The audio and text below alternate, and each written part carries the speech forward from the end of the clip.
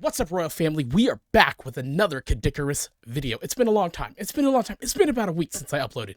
I am so sorry. I took the break off to spend some time with the family. Hopefully you guys had a lovely, lovely Christmas. I know I did. Let me know what you got for Christmas down in the comments. Other than that, let's get into today's video. This video has been sponsored by your mum. Hi, Jim. Hi, Jim. Right away, Jim. we're starting with a sponsorship. Yeah, right. But that's okay. It's We like okay. Caddy. We We're all going to make watch this mistakes. sponsorship. Like that one time I set fire to that school. That's not funny. That's not funny. I thought it was a wasp's nest. I got some news fair, for you. Fair enough. Yeah? Fair enough. That happens. Don't care. No, I really think you need to hear this news. Shut up. You're a news. Oh, come on. Stop being such a baby. Yeah. Stop being a It'll only baby. take 5 seconds, I promise. Yes. I want Cumpy. Excuse me? Cumpy. I want Cumpy. I swear to God I'm gonna go. Give me Cumpy! Okay, fine. What is You want Cumpy? Cumpy? I'll go and get you your damn Cumpy. What is it with you and your Cumpy? There, here you go. There's your Cumpy. You happy now? Yes. I've had enough. I'm off. Thank you for Cumpy. That must be You're a not British welcome. thing. I don't know. Oh, I don't by know. the way, you just hit a Let me know million down in the subscribers, comments. So, yeah. Oh my God! Caddy, I'm over here. Look over here. Oh! So yeah, you know, I agree. Shadow the Hedgehog, not the worst Sonic game. That's Guys, I just hit 1 million subscribers! Congratulations. Congratulations. But they don't know who you are. But epic. Epic. Also, Caddy looks like he lost some weight, and we're enjoying the new What the hell is that haircut. about? Thank you so much, everyone. But also, what the hell is wrong with you? That is a number that I never thought I would ever reach in my lifetime on YouTube, and it's a bit too special to not dedicate a full video towards celebrating. Sure. But what shall I do a video on? It's got to be important. It's got to be grand. It's got to say, I've reached 1 million subscribers. What should it be? I don't know, just title the video, I've reached 1 million subscribers. I've already made the video and I don't know. So I will go to America right now and Okay. ask all of my friends. This is an accurate way of crossing the ocean to get to America. He's flying first class. Dang, bro.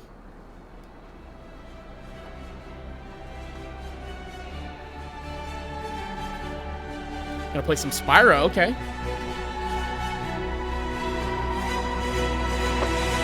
Right, guys, for this video, I want to cover every single Spyro game known to existence Sure. on every portable and main console. Is Sure. that a good idea? Spyro was one of the first games I ever played on PlayStation, and it was just so good. I always wanted to fly, but like I wasn't advanced in my gaming enough to understand what I was doing at the time, so I never really got a chance to beat the game like I've seen it beat, but maybe we should go back and play it. Maybe we should go back.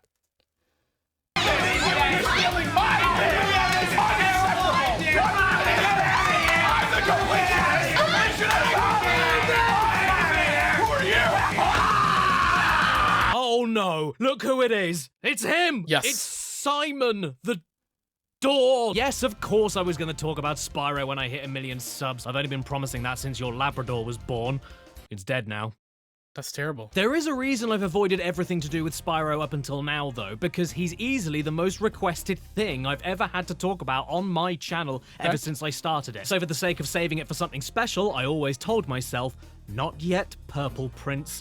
I'll save you for 1 million. So come on, you blokes, now we're here. Let's get him out! Spyro, it's finally time! Oh, he's dead. Yeah, like your Labrador. Save money Switch to Geico? on my mum's hip replacement. And let's be Oh, honest, never mind. everybody loves Spyro. That's why he was so requested. Who doesn't love him? You do, don't you, Izzy? Jesus. Exactly! The thing is, though, I don't want to get too overexcited. There's a lot of Spyro games out there that I could make multiple videos about. Sure. We're far beyond the days of 2012 and me only covering the first 3 games for a... No, I'm gone. So for this special, I am going to stick to the main I console appreciate the games amount of and the effort he main puts into portable his games, videos. go through each and every one of them chronologically, and then show you why Spyro games make me wood.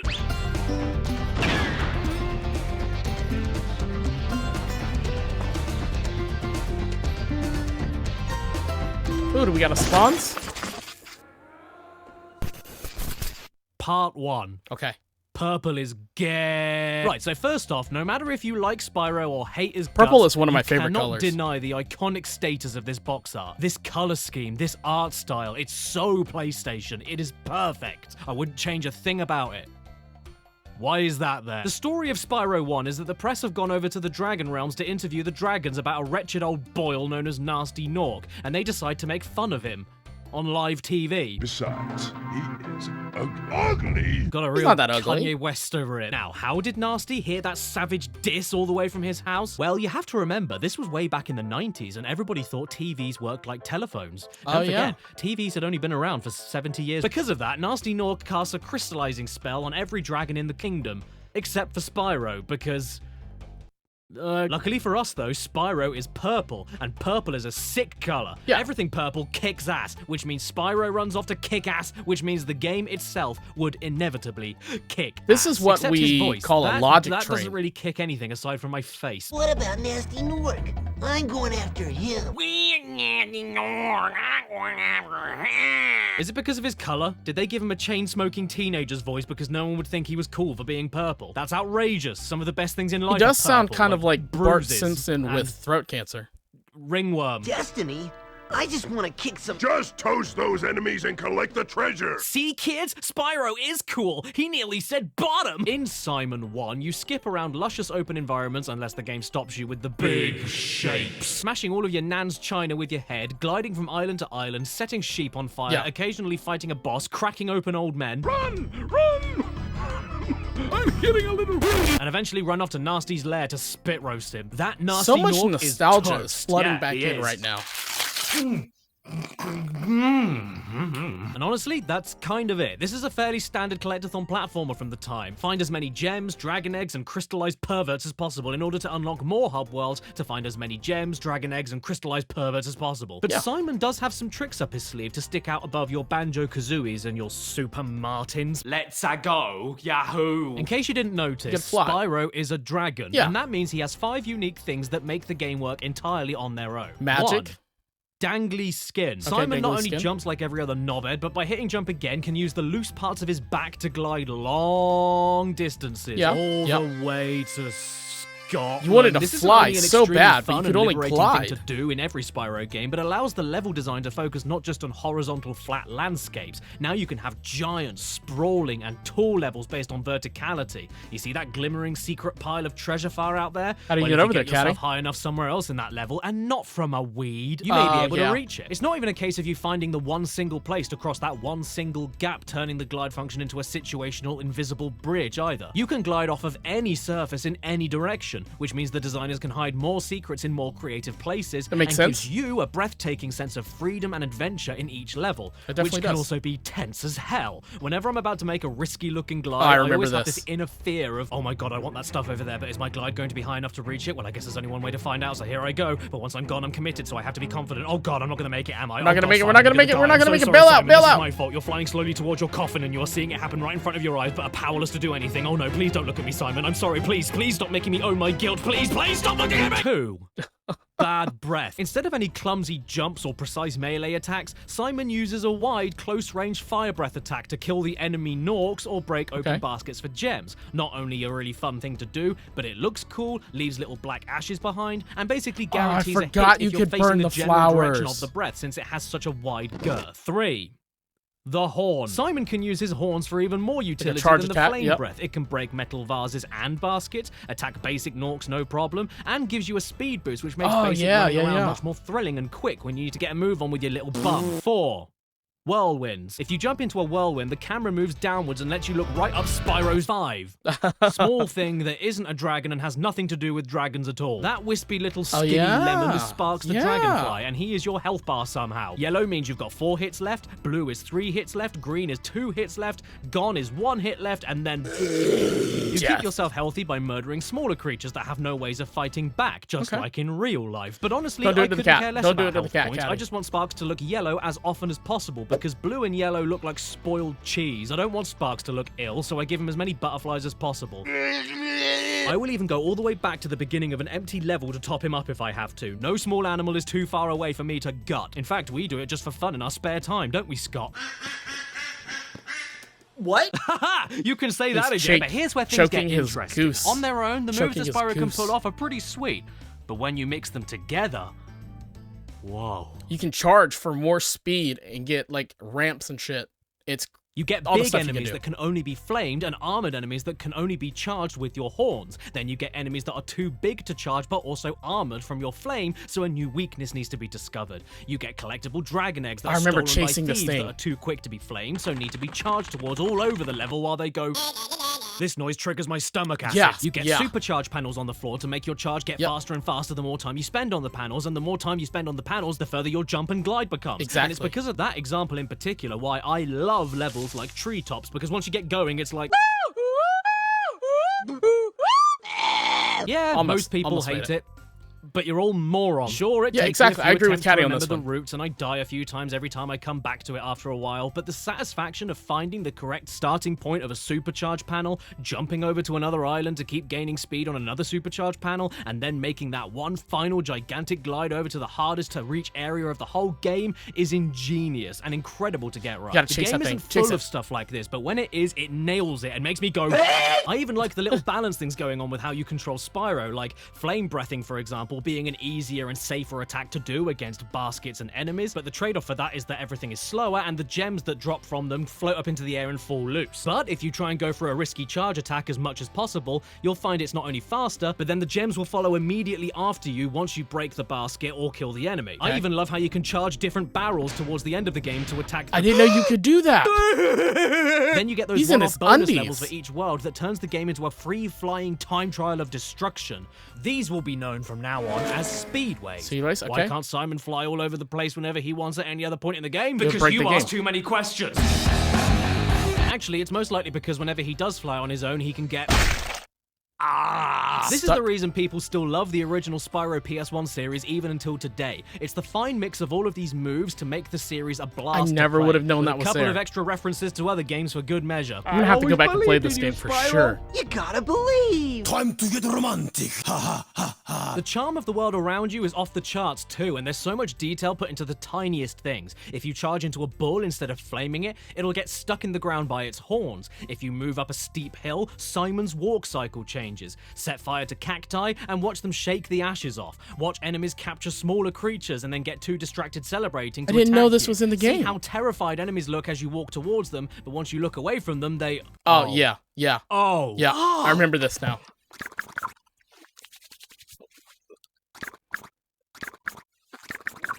He love this fat ass. Seriously though, there are Norks everywhere, and nearly every single level gives you a different variant of them, which the game really didn't need to do. There's Norks with swords, Norks with clubs, Norks with flags, Norks with Okay. tasers, Norks with guns. Norks with guns. Easy does it, Yeah, easy yeah, does it. yeah. I'm too small Yeah, and I yeah. can't reach that. Also, I'm British. Which means you probably hate me, but it also means that I love saying the word Norks. The hills have Norks, the castles have Norks, the harbours have Norks, the fairies have Norks. You know what's sad as well? In the Reignited Trilogy remake, they got rid of the Norks with guns and replaced them with purple water pistols. What is this? Oh, come on now. What? You don't like seeing guns in your video games? Shoot, what was the game? What are you? Splatoon? A cuckwoke? And hey, I may really dislike Spyro's voice in this game, but the other dragons you rescue are another thing entirely. Spyro, my friend, how about a hint on gliding? How about you get fun? I love all of these guys. They're only ever on screen for like 5 seconds each, but they're the most memorable part of the game for me. Ever since you're a wee puff of smoke, we've known, I forget. They mostly serve as hints and tips when you find them, even though the hints are all horrible. Big enemies like this Gnorc with the club cannot be charged. The Gnorc But a with the quick flame, club. that should defeat them. Yes, I already killed that guy to rescue you. What are you talking about? Did you know that you get your longest glides by pressing X at the very top of your jump? No. How do you think I got here? Flame Didn't know won't that. harm metal, but charging with your horns, that should do the trick. You would This think is that the World flames 2. would I've been heat doing the this metal for the up. last 6 levels. Are you senile? Be careful, And weaken it. Spyro. This boss has many tricks up his sleeve. What does that mean? Some big Norks up ahead are wearing armor. I don't blame them. They're very sensitive. The best line in the entire game, though, easily goes to Cletus. My man Cletus. Cletus. What does he say? Such a great name. Spyro, it's great to see you, but I've got to go. What's up, bro? I'm All out. right. Bye then. You know what all of the dragons' favorite thing is to say, though? Thank you for releasing me. I swear that most of these smelly lizards say this line on repeat, and by the end of the game, nearly every single one of them says it. Could You want be, to see yeah. how many I found? Thank you for releasing me. Thank you for releasing me. Thank you for releasing me. Thank you for releasing welcome. me. Thank you You're welcome. for releasing me. Thank you for releasing me. You know, at Thank least you they're for kind releasing me. and Thank you for pleasant releasing me. Thank you and have for good releasing manners. Me. Thank you for releasing me. Thank you for releasing me. Thank you for releasing me. Thank you for releasing me. But don't worry, not all of them say thank you. Some of them say thanks. Thanks for releasing me. It's really a shame, though, that as a game itself, Spyro 1 is just alright. Welcome to my Arabian toilet. That hurts, man. That hurts. Like, that's Yeah, despite my my accolades, childhood I actually now. don't think Spyro 1 is that great. Mainly because of You're how attacking my primitive and childhood. stripped back it feels, especially compared to the sequels. But which to be isn't fair, I haven't Spyro 1's played fault, the but other Spyros. I'm blaming him anyway. And I don't care what you say because I'm friends with the super popular YouTuber Vsauce too, aren't I, Kevin? You may kiss the bride. Hey, Jim! See, he even calls me by my real name, like my mummy when she's upset with me. You know, it's weird. It always surprises me when I remember that the first Spyro came out in 1998. Yeah. This wasn't an early PlayStation title, and yet I think it feels Must have been like 11 one. at the There's time? just something missing. I can't explain it. There's no gimmicks, no major surprises. I mean, I do love simplicity and games that are to the point, but with cartoony collectathon Johnny John Spyro the Johnson, the simplicity holds it back for me. Especially when you compare it to the following games, Spyro 1 feels really plain, just like how Crash 1 feels compared to Crash 2. And by 1998, Crash 3 had already perfected the Crash formula, whereas Spyro was just getting his feet I remember wet. Crash Bandicoot And when Warp. Spyro gets So his good. feet wet, he dies. The collectathon gameplay loop is pretty basic, and it gets a bit samey for me after World 2, with not much variety in what you actually do, aside from more dangerous glides and slightly different enemies. Okay, And for as much that's as fair. I love the That's visual fair. style, the presentation itself also gets a little bit too samey for me. Aside from that hole, these things can get royally shitted off too. What are these things? Why do Thanks, they look Ollie, like for that? How filming. do they slide around so quickly? Ah, get off me, you radish! I don't remember No matter this. how many times I replay this game, I can never remember the names of levels or tell them apart by screenshots. They just don't leave much of a lasting impact on me. I don't think there's anything entertaining or that endearing about the characters and story. Spyro's voice I think I smell a barbecue. makes me want to shit down a chimney. The sound effects feel really wet and sloppy without much impact or crunch.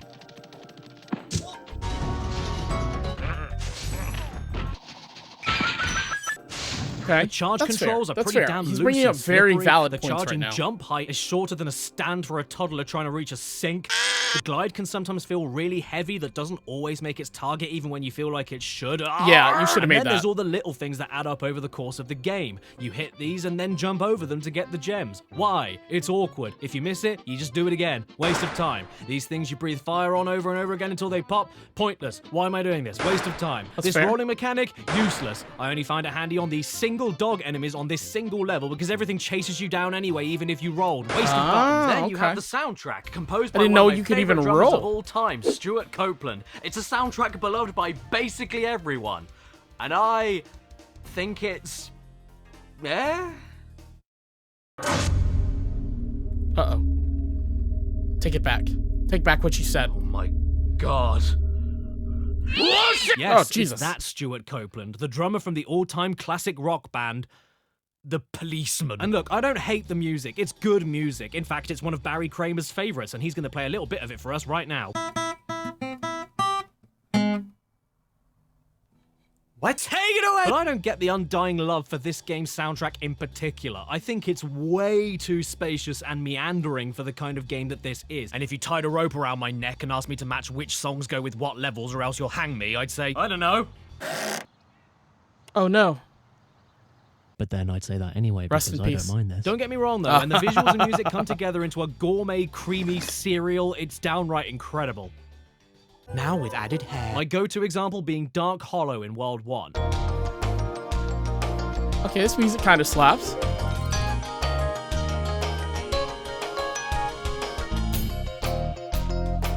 But as a whole, I just don't dig the soundtrack that much. It's well constructed, it's well performed, and there are some Nice great shot, nice tracks shot, nice here. shot. I just can't remember most of it, and I don't think it matches the gameplay that well. And these bosses, these absolute garbage fire F-tier bosses, F for very stinky. These are the worst parts of the game for me. They aren't bosses, they're regular levels that are really small with slightly stronger enemies that I wouldn't let near a school. First boss, Toasty. Oh, yeah. He's a Yeah, I scarecrow can see that is that. actually a sheep on stilts. Hit him 3 times, he does nothing. These regular dog enemies are more dangerous than him. Second boss, Dr. Shemp. Hit his back after jumping over like 2 attacks. Third boss, Blowhard. More like blow chunks. Fourth boss, Metalhead. Charge into metal poles that Everybody aren't knows I electrified. blow hard. You win. Boss 5, Jacques. Do some platforming and then question why the hell he has a regular French name. Final boss, Nasty Nork, is sadly just as easy to kill as any other regular Nork. You chase him, he does nothing. It's crazy. I you don't win. remember When the beating this edge of game. the I don't remember that walkway at is all. more threatening than the final boss, you know you've ballsed it. At least you got a pretty sweet reward for 100%ing the game though. You get access to Nasty's loot. The only actual free-flying level where you just explore everywhere, blow up everything, and steal all of his treasure. Thanks for the stimulus check, Nasty breasts. Then the credits roll. Oh, Okay. nostalgia. You know, even though this isn't my favorite Spyro game and I do have problems with it, I do like it a lot still Sure, to this day. sure. I enjoy this game, and every time I reach this credit sequence and hear this music and watch all the low poly flyby level camera stuff going on, it lets me know that I made a good choice in picking up this game to replay it again. No sheep were harmed during the creation of this game. No, you're lying. You cooked them up and you sent them to. Spyro 1 is a classic, no doubt. But at the end of the day, even Thanks though for I've got the, a lot of nostalgia for it, Warning this there is not the game for that I the, replay seizures. whenever I feel like a bit of him. It's better than Crash 1 for a first attempt, but it still feels like a first attempt. You're a first attempt. Oh no! Who is that? Do the I'm Spyro the games get amazing better? Wendigo. I mean, I'm sure they The do. amazing I'm sure they do. Wendigo. No. Where? Look, they made another Spyro game.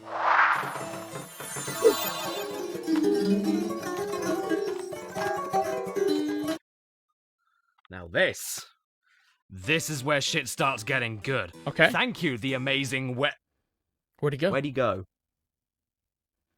Oh, fuck! Yes, you lads, it's Spyro 2. He's back, and I'm back.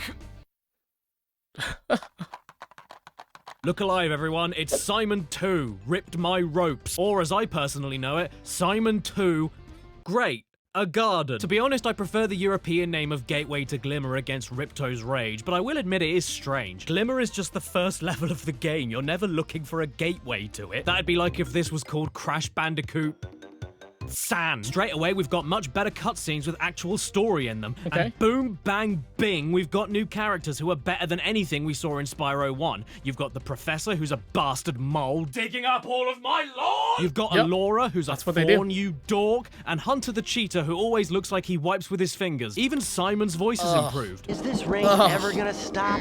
I've forgotten what the sun looks like. If you don't know, that is the voice of Tom Kenny, and if you don't know who that is, I'll give you a hint. Now they've set up force fields to separate us. If you can find diodes, you can use them to turn off the force That's fields. SpongeBob? One thing though, why, only in the Sounds so much cutscene, like SpongeBob. does it sound like the voice actors are spitting into the mics? That's exactly the point.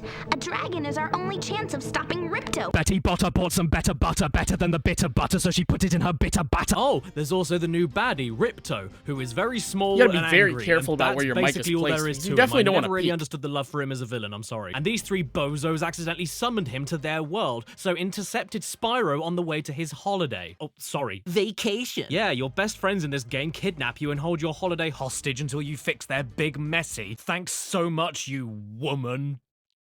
Donkey. Spyro 2 as a game, though, is basically Spyro 1 again, but everything is better. Literally everything. It's like jumping from Crash 1 to Crash 2, or pre-vomit to post-vomit. And I'm far from the only person that thinks Pre-vomit to that, post-vomit right, is Dreadex? definitely I hate a Spyro 2, and Spyro 3 is somehow even difference in worse. feeling. Yeah, you're right. There's just so many quality of life changes here, it's not even funny, and it all comes together perfectly to make me go. The glide falls a little bit slower to make long jumps easier, the charge control's a lot tighter and lets you jump, you jump higher higher, while yeah. charging to make rushing around levels twice as easy. Sparks the Dragonfly picks up gems from further away. He eats Nice. butterflies from burned animals much faster than Spyro 1. The camera moves around you a bit faster. The sound effects are guttier and have more punch to them.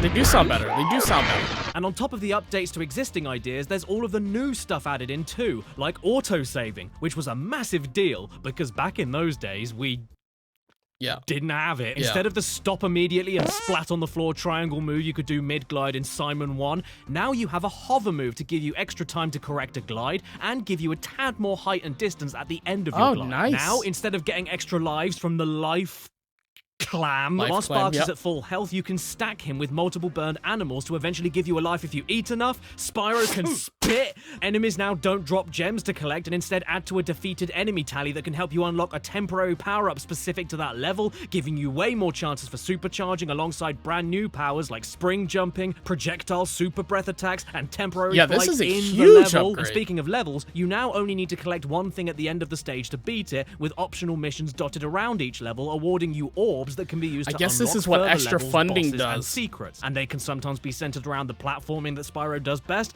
or something totally new and different, like hockey matches against this freak, various puzzles hidden around the stage, or blowing up a load of UFOs piloted by And to top it all off, when you collect everything, you get a little dote! The Speedway stages return and are exactly the same as previously. Okay, that wasn't new. I'm sorry. I don't know why I mentioned it. But now, after you beat the main Same time premise. travel You're challenge, flying you around. can then freely explore the Speedway level without a time limit to find secret hidden characters to talk to that then give you more unique orb missions that change up the gameplay even more. And then you can end your day by being a flag-burning, filthy spaceship. hippie. Yeah, down with vegetables. Oh yeah, there's also way more cutscenes now too. Some for entertaining story bits, and others for whenever you enter and exit a new level, just to give them that extra dash of personality and depth to them. I like them. You see what the problems are in the level before you get there, help them out, then you fix the problem and see what happens after you leave the level. It's like mini stories within the main story. It's really cute. But as a kid, I hated the Aquaria Towers one. Poor little seahorse dying from lack of water and being baited over and over again for a drink he never gets. Just give him the damn water, you wretch! This isn't Saw 3! What's cool though is that every level has inhabitants to talk to now, and they're nearly all fully voice acted. The only other thing you could interact with in Simon 1 was the balloonist, and sorry man, not only did you not actually speak, but you were only ever good for being a stepladder. Even the fairy checkpoint talks to you now. She's called Zoe, and she likes to pitch shift her voice at random. That zap means that if you get into trouble, I'll return you to this place. Each time you defeat an enemy, it will release a spirit particle. What's up with you, Zoe? Have you got a bad cough? The water workers have boxed up most of our baby turtles. The boxes are incredibly strong. Oh no, what are we going to do, Gromit? But then there's another character introduced in this game that would go on to become a Spyro staple. A character that dredges up the worst of a human being. A character that inspires fear. I don't know. Hatred. Spite. Bags. Hello there, Spyro. Bags. Would you like to learn to swim underwater? I suppose I could teach you for a small fee? Moneybags is a round bell end, seems to exist everywhere all at once on every level, and only lives for one thing: locking things away from you and stealing your gems in order to unlock them for you. That's all he is. He's a fat, greedy barrier that has no conscience, no dignity. Yeah, but he was willing to teach you how to swim. You gotta respect that a little bit. Must be funty. In a rich man's cunt. He is a leech, a stain. He's an alt-right Winnie the Pooh that converted a generation of kids into anti-capitalists. And to be perfectly frank, he makes me want to get my killing shoes on. Those are nice killing shoes, though. What a sweet relief. In fact, I don't even think that any furries like him. Let's ask one. Oi, Adam! All right, E621, Spyro _the_dragon. Did he just throw his friend under the bus? Space order, score, enter. What? See, it doesn't do anything for him. Oh, what's that? You want to sell me a trip on a submarine to get by a load of robot sharks? Pfft, I don't need any of that. You're scamming me. Look, see, I don't need to... Okay, fair enough. you Oh, probably look at needed you it. there, You probably Moneybags. did Are you a need little that. cold from the snow? Oh no, wait, it's just your soul! My favorite thing to do with him is actually use a double jump glitch in level 1 to not only completely ignore him and his stupid bridge, but also use the same glitch to get on top of a ledge that I'd also need to pay him later on in the game to learn how to climb, and then finish off the rest of the level without paying him a cent, meaning that I can then afford his swimming lessons right after level 1 without needing to go into another level first to try and save up enough. This has been a Sounds like money-saving you're tip teaching with us how to Caddicarus. hack the game. Next week, we'll find out how to stop yourself from spending your own money by learning how to keep pennies in your ass. The levels are bigger and give you way more stuff to do and leave a longer That is lasting not a impression. spot but where they I aren't would hide a so penny. big as I to don't know make you about you go, guys. oh no, I can't eat that. And the music is miles better as well. In fact, I'd go as far as to say it sucks. Maybe quarters, Milkshake but not through a pennies. big straw. It's way more creative, zesty, multi-instrumental, and more percussive. There's even vocals on some of the tracks. My favorites being the one that sounds like a meditating Mr. Bean.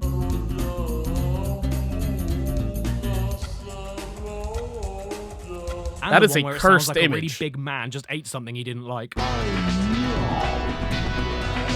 Then there's all the little monk dudes with their mouths that look like urinals and they go... If you ask me, though, the award for best line in the game easily goes to... Even though I'm a vegetarian, I think you should kill that Yeti. He's says so torch that Yeti? hardcore about killing an animal that he even goes off script. Kill! Oh, by the okay. way, I Yeah, have a theory now about I this game that I understand. don't think anybody has ever brought forward before. What is it? Hunter is Ripto. And no, I don't mean I just don't because of their exact understand. same size. Other characters in the game are all like, Can you help me tie my shoelaces? and then you help them and they reward you. But Hunter,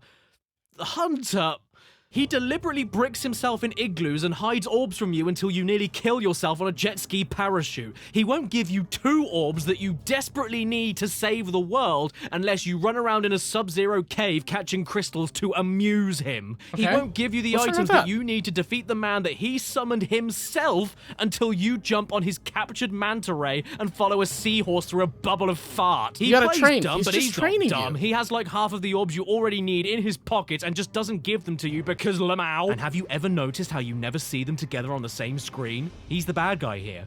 He is Ripto. I also love the way that so many characters have that low poly PS1 over-exaggerated head and mouth shape too. Yep. They all look like Looks like talking Terrence and drum Phillip. cymbals.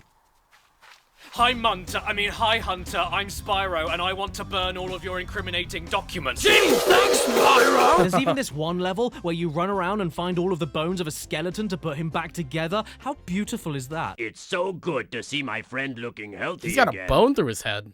That look, Does he? It's rough, man. Oh no, what does that mean? What's gonna happen? Skeleton's got some disco moves. Oh, damn, look at him go. Those flips are pretty sick, bro. I mean, he Yes, missed I one, had but to he sit nailed through all the whole others. thing, so you had to as well. Now, let's move on to... I think he wants to dance for you. Oh, no. Oh, hello. My favorite part of the whole game, though, is when you get to World 2, Autumn Plains, and find this level called Zeph, where there are all these slugs on the ground in the middle of a civil war with these birds from the sky, and you help out the slugs by destroying the birds' ammunitions building. Because that's how real life works. Birds versus slugs.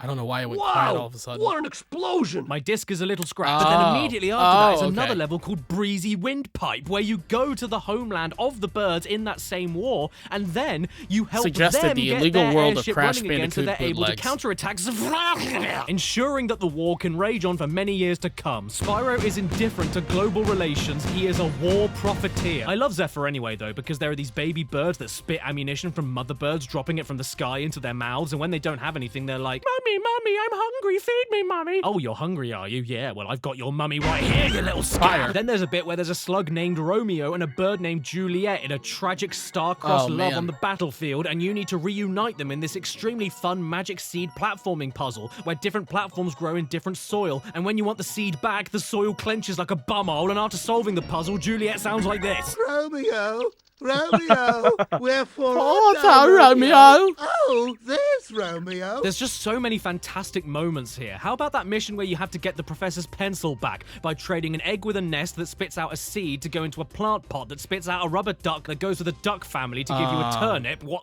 Okay. Which then what needs is to go going into on? a cauldron which spits out a coin that goes into a water fountain that gives you a very soggy pencil. It's so good, man. And how about the secret agent that sounds like, I'm a secret agent. and when he's looking around to make sure you aren't following him, he does... He does that. That is how Spins I'm in looking circles? around for things for the rest of my life. And the robots in I like it. Metropolis, I they're like it. adorable. Listen to them. These elevators need serious work, see? Even the bosses are an improvement. There's only 3 this time, but it doesn't matter because they all make up for the wet jokes that were in Spyro 1. They actually have attacks. They're fun fights, and in Gulp's case, even a little bit challenging. This is one of the better bosses in the whole Spyro series, actually. As great as Simon 2 is, though, I don't think it's perfect. Okay. How do we improve on Simon 2? Major real low How do we points improve for on me. Simon 2, guys? This is way too hot. And Pushing Up Roses can name like 50 of them, can't you? Oh, Spyro. No! The mission in Hurricos where you have to put lightning stones into power generators and then have to defeat the thieves that keep removing them and throwing them around the level. I mean, look, I'm very glad that I finally get some representation. But man, does this take forever. It isn't difficult, just immeasurably Caddy's boring. humor in this is part here actually where you really need to good. flame fish into this angry Tiki's mouth, I can't stand this bit. You need to get 10 fish in his mouth, and any red fish reset the counter by like a million fish. But by the time you see the yellow ones and decide that they're the ones to flame, it's too late to flame and you miss the mouth. So you end up prematurely hitting flame all the time, thinking that you're flaming a yellow fish, but it's actually a red fish, and then, oh god, I have a not lot of that problems one, with premature Spyro the stuff. Drag off. Nowadays, I just cheat this bit by looking directly into the water in first-person mode to see what fish is coming. Well, is it cheating? I'm just using what the game gives me. I'm a good boy. I wash mean, yeah. under my arms. And of Look, course, it's a there's mechanic. another bit, which is possibly the most infamous part of the whole game. But before we get there, I just have to ask you a quick question. Okay. Are you gonna kiss me? Please, please. Yes, yes. I want it. I want it, Daddy. Trouble with the trolley. Okay, well, actually, get never ready mind. for me to I be a don't- contrarian. that's not exactly, This isn't hard. It's not easy. Disregard what I said. But it's Disregard really what I not said, that everybody. bad. I don't know what you're talking about, you whinging wets. In fact, while recording footage for this video, I finished the mission first time and then had to start the mission again and deliberately blow up in order to record the guy saying, Trouble with the trolley, eh? I mean, I don't know what to add. It just isn't that hard. And you know what else isn't? The turtle soup mission. Yeah, I said it. What's the big deal? Just keep looping around the pipes that they spawn from and then knock the turtles away if you come across them. They'll bounce all over the place and it gives you plenty of time to get them back in the water. What's the big deal, you baby bitch buggers? And the dinosaur egg hatching and eating the village people. Yeah, sure, I failed this one like once or twice, but once you get the pattern down, it's just like Simon Says, but if Simon only had 8 Simon noises for you to copy, and then Simon played the same Simons every time you Simon. And what about the bombing genie mission in Scorch? It's not a big deal either. Did it on my first go. Here's a tip for you if you're struggling. Stop charging after him and stick to the wall so that you avoid most of the bombs bouncing off of them. You can't rush this bit, just go slowly, especially around the steps. You're gonna hate it if you try charging, trust me. Nah, mate, you want to know what the worst mission of the game is? What is it? You escort me past those earth Oh shakers? god, escort missions. They're How so about bad. instead you suck my nads? I hate this. I hate this so much. Why didn't you remind me I had to do this, Fushi? Oh, Spyro, you're such a bad dragon, aren't you? Yes, I am. Everything they say about VTubers is right. So you've got this motherless goat who has a potion to give Hunter because he wasted his month's rent on a new pair of concrete Nikes, and even though the goat is literally next door to where Hunter is, he momentarily forgets how to steer his own legs and ends up going on a cross-country marathon instead, deliberately walking right into all of the enemies, changing his mind on where he's going all the time, getting in the way of you rushing around, and you can't get rid of the enemies. All you can do is knock them back temporarily. So getting them all out of the way of him in advance won't work. And the best thing, the 10 out of 10 game of the year best thing that happens is that if you finish this mission, Hunter then says, "Thanks for getting me out, Spyro, but you need to learn a new move to help me kill all of these monsters, so come back and find me again when you learn it." So Why? you carry on playing the game, learn the move, come back to the level to help out Hunter, and he couldn't wait 5 minutes to put his Adidas stones back on, meaning you've got to do the first part of the mission all over again. Oh, What's that? I God. already have this orb? I had no idea. But anyway, you finish the game and do I would be everything. pissed. I hate Get the escort orbs, missions. grab the I absolutely talismans, run hate away from them. this horrific face, and wonder who decided to bring back the bush munchers from Spyro 1 so you can place an Aztec curse on their family. You finally beat Rip The Bush Munch. Ah, wow. Bush Munchers. The Bush Munchers. Come on, Caddy. Come on, Caddy. So, and he just accepts his death. Oh, screw it, I can't win. Everybody celebrates, Hunter sits on Moneybag's face, and we finally go on a holiday in a lovely final cutscene. It isn't a cutscene. I got you. Dragon Shores is the final level that is literally just a fun fair that rewards you with tickets in order to unlock a theater to watch the game's cutscenes again. Okay. Internet. You play a game of water dunking, ride a roller coaster with a cannon to pop balloons, go to a duck shooting gallery, and never question why the biggest enemies from the first game are now welcoming you into a dark room inside a theme park with no one else in it. And you know yeah, what? there could I not also be really anything liked the suspect little about love that boat at tunnel all. because it Nothing. taught all the kids that played this game that you can love whoever you want. You can love the same gender. You can find love even if you're a smelly, hairy yeti. If that's not your style, you can be on your own. You can have go a and love three-way. yourself. What? You can love children. Excuse me. That's, and after all of not this, acceptable. if you found every gem and every orb in the Not game, acceptable. you unlock a door that grants you a permanent super breath attack, which is now obsolete because the game is already over. Screw off. Unless you do a Tiger Woods. What is that? And cheat. Yeah, just Okay. quit the game and then start a new game that overwrites the completed save file, and voila, you now have super breath from the minute you start the game. How sick is that? And that's not all that you can cheat. Do you want to make Simon look like he has leprosy? Because Okay. you can do that. What? That's still not enough? Well, how about a big head mode? Yeah, Ooh, nice. you can do that too. Finally, a game character just for me. What? Is that still not enough? I mean, I have a Well, how large about head this? as well. Skinny You put Spyro? Spyro in a trouser press. The end. Okay, so where are we? We've done 1, 2, 3. Oh, look everyone. It's my good friend Face. We are now on game number 3. Why do you call him Face? Straws I need to drink my orange juice. Ha! You are so full of fact. Give me another one. Most people buy 1 face wash, but I have to buy 3. Okay. You are full of surprises, Face, and so is this game. Why wouldn't he be Face? Is this a sponsor time? No? Oh, it is. Okay, let's get it. Let's go, Spawns. Huh? What? Oh yes, I forgot. I'm a PS1 game. And now I'm finally all on my own, safe from everybody around me, and nobody else can break in. Hello, I'm Spons! Welcome to my lair. Oh dear. And today I've been sponsored by me. Yes, me. Okay. I've been sponsored by so many things that now I can finally afford myself. It's the Nice. collectible world of Caddicarus, a limited edition exclusive Blu-ray set only available on the pixelempire.com/caddy in the description below. And when I say limited edition, I really mean it. They are selling out fast, and you gotta act now because once they're gone, they're imagine gone. they are pretty Inside fast. this gorgeous PS1 shaped box that talks to you when you open it. Wow, look in here.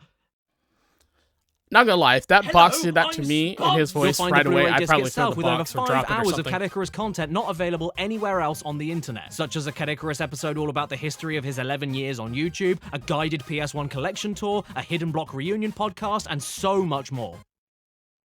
I've always wanted to have one thumb and no fingers. The menus of the Blu-ray have all been specially designed to look and sound as ugly as possible. I mean, look and sound like a 90s PS1 demo disc. And the case for the Blu-ray even features a huge PS1 manual style written by Caddy, featuring interviews from important people behind the scenes of the show. Beastie out. Whoa, countless whoa, whoa, whoa, references and whoa, whoa, Easter whoa, eggs, whoa, whoa, whoa. What was that? Go back. What was that? Go back. Oh, I hope I didn't rewind it too far. Gone, they're gone. Inside this gorgeous PS1 shaped box that talks to No. huge PS1 manual styled booklet written by Caddy, featuring interviews from important Whoa, whoa, whoa, whoa, whoa. What is this? What is this? Bestiality is poggers? What? What? Caddy, do you think I was going to let that one slip? No, no, no, sir. No, sir. No, sir. Okay. people behind the scenes of the show, countless references and Easter eggs, and even a cheat code you can input on the main menu of the Blu-ray for an additional surprise. No, I'm not going to tell you what it is.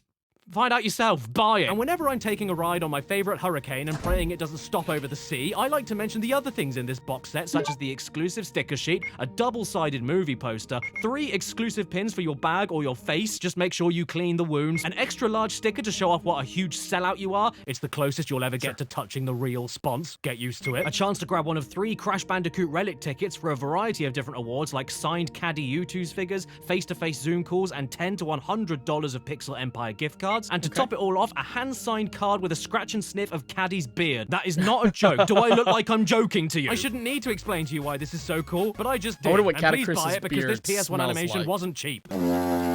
Wow, wasn't that an interruption? Here's the rest of the video.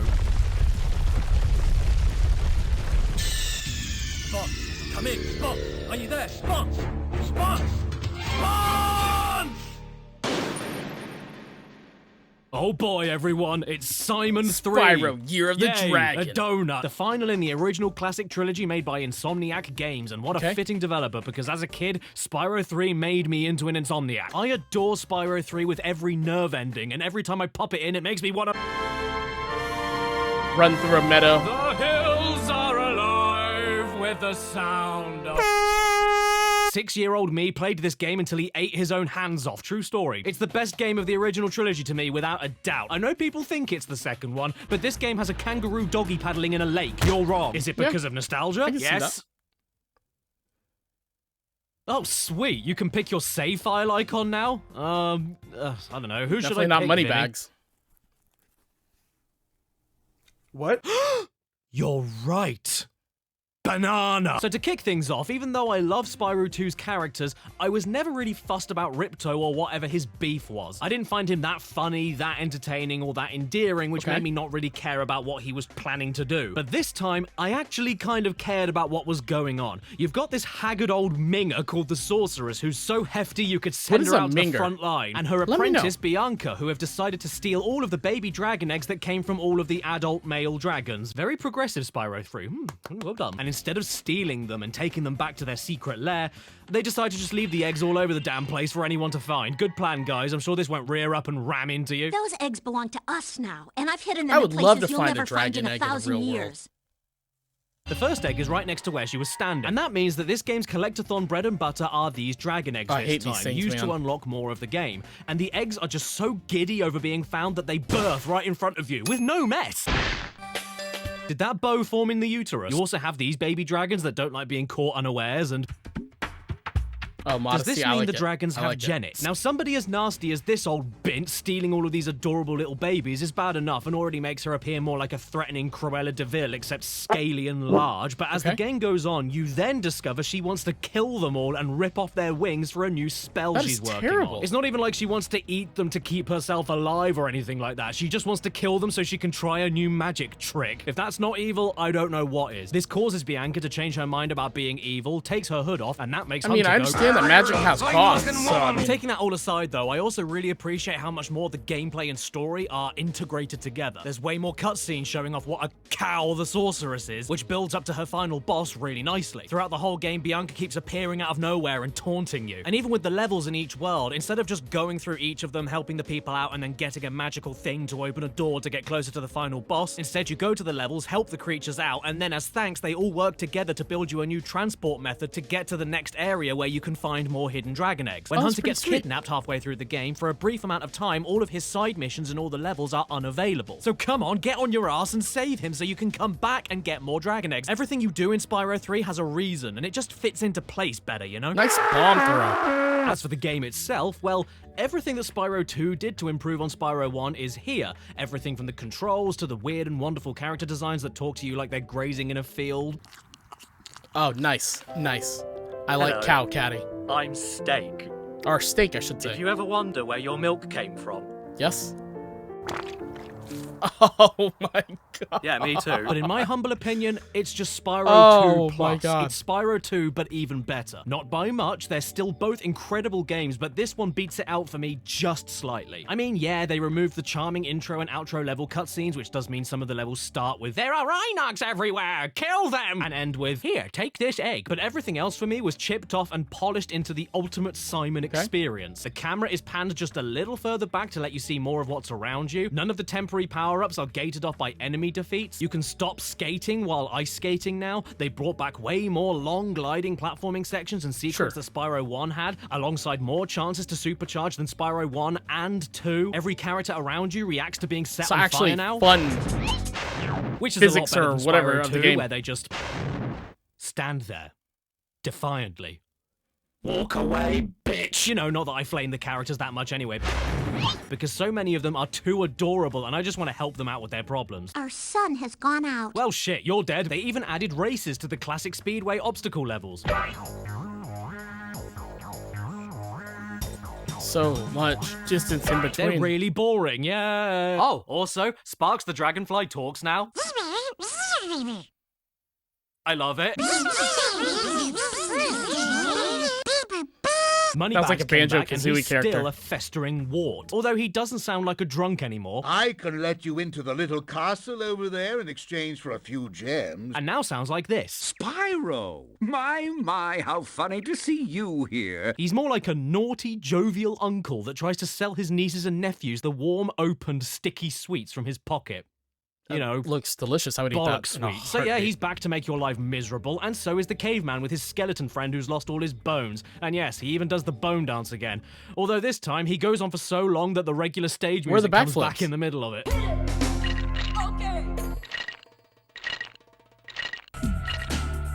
Where are the backflips? It's perfect. You know what? I don't like this Cloud either. Even when you complete his mission and make him happy, the best he can give you is that a Pokemon?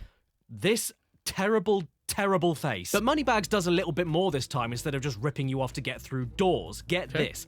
Now he works for the main villain. In fact, he comes right out the gate the first time you see him and just says the sorceress is paying him to be a tool. And he's standing guard for a collection of new animal buddies with their own stages that are fully playable. Okay. And once you buy them off of him, you can visit older levels that have their locked doors inside to then get in and find even more gameplay scenarios to make you go, wow, there's more gameplay scenarios. People often feel a bit like these are desperate ideas from a creatively spent development team, but I couldn't disagree more.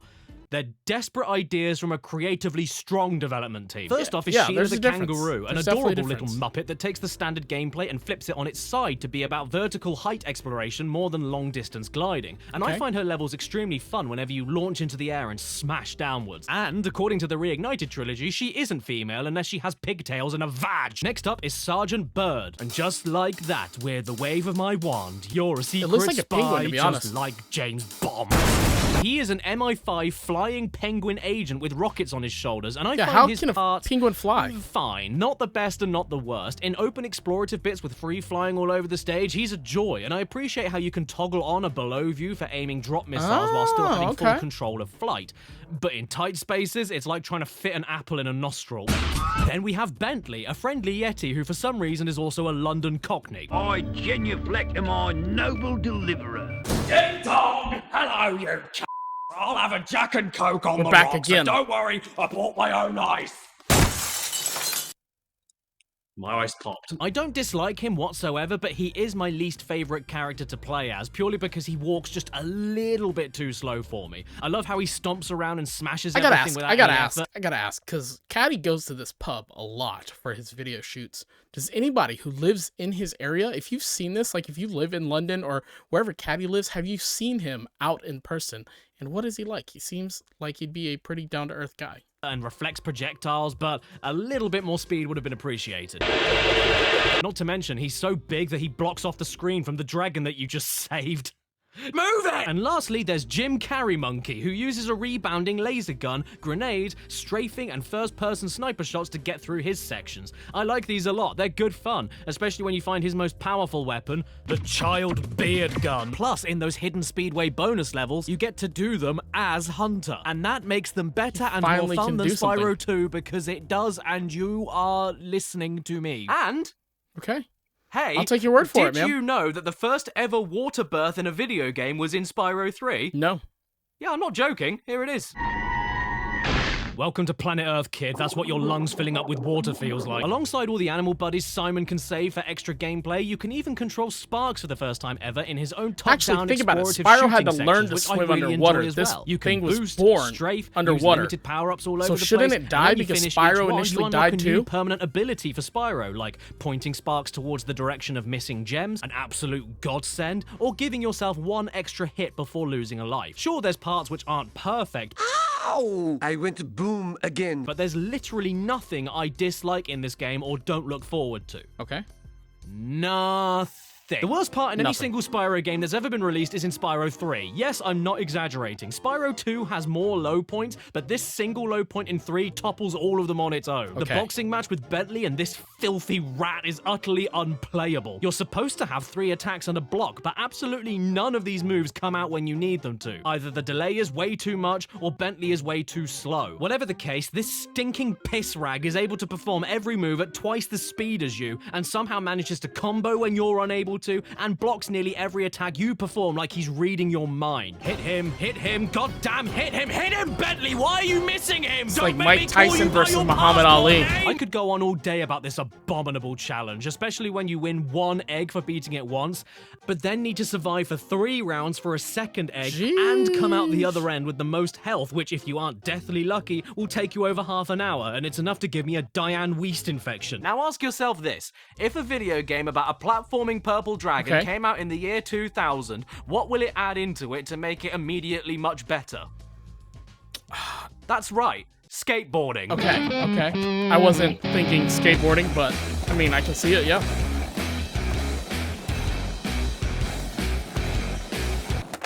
Sick ollie, bro.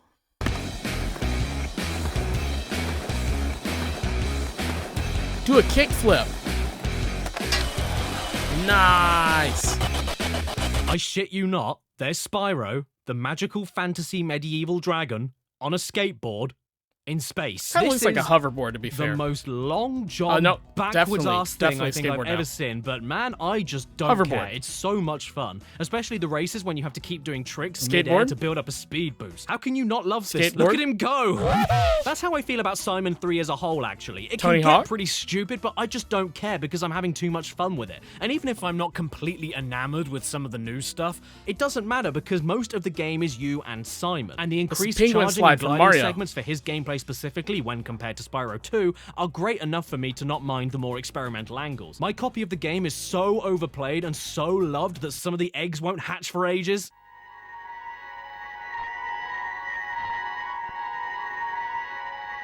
Am I lagging? No, okay, it's Sometimes video. Boss 1 just gets stuck and won't stop pulling off this sick flip. Hello? What do I do? They see him Help. rolling. Sheila, They look at this. hating. Can you believe this shit? And Spyro very frequently violates personal space. Be sure to keep your friend Sparks the Dragonfly healthy, Spyro. And do you mind getting your nose out of my dress? Wow. And it's even better when Sheila is listening to someone and she's all like, "Duh." This bit always gets a laugh out of me. In the mission where you have to protect the ice skater and you mess it up, the enemies end up playing hockey with her. You can even Oh, go shoot. to Rome and set fire to the Pope. Okay, you can't do that. But you can skate in the Roman Colosseum, though. That makes up for it, I will admit. There's also these penguins here in frozen altars with these voices that I can't decide if they're horrifying or a massive turn-on. It would be easy to get up to that treasure. That's like if you had something to ASMR. stand on. Yeah, they're horrifying. Purr.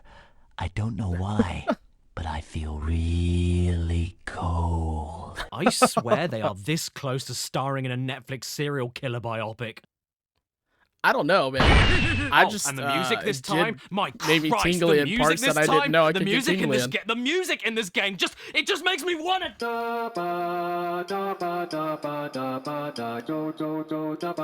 This is one of my favorite video game soundtracks ever, of all time. Period. It's I've never everything that been made big Spyro into 2 video music game so music, great, though. but amped up to 11. Let's it's hear. catchier, more percussive and rhythmic, groovier, more varied in genres. And every time I hear any track from it, I go. Okay, got a little bass slapping in the back.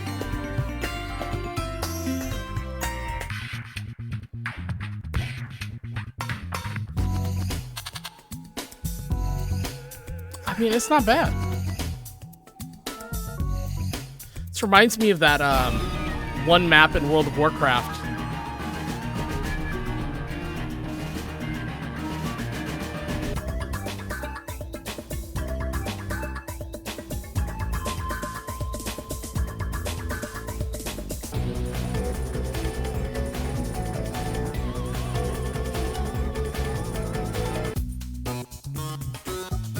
Ooh, we got the synth.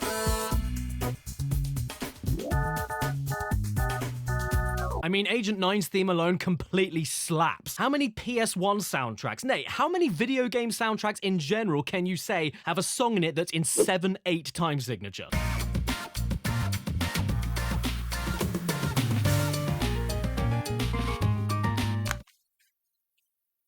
I'm sorry, everyone. I was just listening to Velcro ASMR. The bosses are pretty No, good it's okay, too. man. There's You're more of them than in forgiven. You're Spyro forgiven. 2, and they all look and feel completely different from each other. Not to mention, I think they all look pretty threatening as well, which is a plus. This guy Yeah, it's used just to launching terrify bombs me as everywhere. a kid. That face gives me a heart attack. I hate it. One tries to knock you back into lava and then sneezes fire at you. One tries to shoot you with ammo that you can steal from him and use back at nice. him. One flies around the arena, showering you with attacks that thing and is other creepy, enemies bro. to chase you, and is only vulnerable while moving instead of being stationary. And the sorceress herself is like a mix of all of them together, but now with the added bonus of using temporary vehicles to blow her up. And that's more or less how this all ends. After you've done your best sitting there for 3 hours watching the professor do this. No. Putting up with Hunter's bullshit. Sounds very much like SpongeBob. Very much. Chips? And saving all the dragons like Mingus. Mingus? What kind of name is that? Actually, A fair real enough, one? he looks like a Mingus. Bianca becomes a good guy, you beat the sorceress by shooting her in the goddamn head, then Hunter and Bianca become a couple. Okay. Ugh, guys, get a read. I don't want to see this shit. This is a kid's game. There's I mean, not that's supposed true. to be That's any true. lewd in it. Isn't that right, Chris? Oh my god! Okay, ignore him. Isn't that right, Jimmy D. Pooper? What? Okay, ignore him. Isn't that right, I hate everything? Huh? Okay, What if is I'm going not on careful, in the my channel's background? going to be Oh suspended. my God. Help me out, Tom Scarp. Huh? Oh god, no! But just like any Simon game, we aren't done yet. After we grab every single gem and dragon There's a egg lot in the of game, we unlock NSFW one in this final video. end game stage. We've been to Nasty's loot, we've been to Dragon Shores, Okay. and now our next stop is Super Bonus Round. Oh, nice. That's an awful name. But you know what it does mean? Yes, everybody, it's time for a surprise, I was about to say a surprise Mexican bounce round. Why? Why would you say that? What? In all fairness, though, I think this is the best reward of all the games. It calls back to Nasty's loot in terms of it being another actual level, but now there's way more treasure to steal, way more ways of interacting with the stage, way more interesting things to see, places to explore. More It's a great skateboarding. unlockable final level. And then this follows on to the true final boss, the Sorceress. Again. I don't know how she did it, Spyro, but the sorceress must have survived that last battle. What? Wait, how did you get another cameo? Yeah, I don't know either. It's almost like they ran out of ideas, and the worst thing is that she doesn't even come back stronger or angrier. She came back on her mobility scooter. This is honestly not To be a fair, very we're good on a hidden mobility boss, but scooter you know, as it's well. not Spyro 1, so I don't mind. Goodbye, Grandma. And as for the super secret 100% hidden ending, it is just that. And that's why this is the best fucking dragon burp? game Yeah, I ever. can see it. I I'm can not see it. kidding either. I treasure Spyro 3. It has an adorable wolf puppy you can play fetch with. It Aw. has Breets. It has a bit where you play Doom. It has a Matrix reference. I mean, who wasn't doing a Matrix reference in the year 2000? Exactly. It has cowboy dinosaurs. I mean, do you have any cowboy dinosaurs? so curious If you at his do, green can I screen. come over and see them? Why It did has his the orange ultimate shirt revenge fantasy that fade surpasses away? Kill Bill by letting you chase down money Unless he bags at doesn't the use end a of the green game screen and and burn uses a his different color. completely I don't know. flame-resistant pants in order to steal all of your gems back from him. And in conclusion, it has the best sound effect of all time. What is it? So I think it's safe to say Spyro 3 really is the year of the dragon. Well, Okay. what a Okay. perfect little Yeah. trilogy Yeah. for the PlayStation. I'm sure glad it stopped there and they didn't try anything else. What did they do? Hello, Oh, okay, we got some Caddy. DMX, Oh, okay. shave my back! It's my evil twin brother, Baddie! I bought something for you. Oh, for me? You should have. I deserve it. You know, I'm starting to think that Baddie isn't actually all that bad. I mean, you know, after... He just wants I mean, to see you after open all, the gift that who he got goes out you. of their way to gift you a jigsaw puzzle? With one piece missing. I wonder what's on it.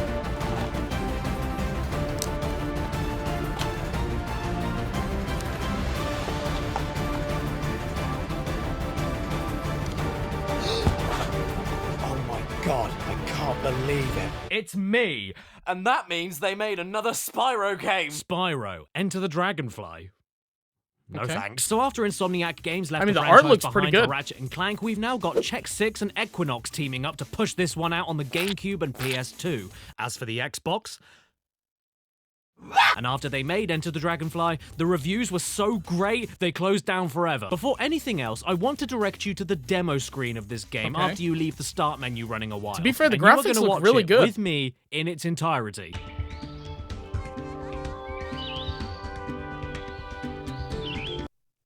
Oh, these are nice flowers. Who am I gonna pick for this save game then? Ooh. So the game begins and we get our first cutscene.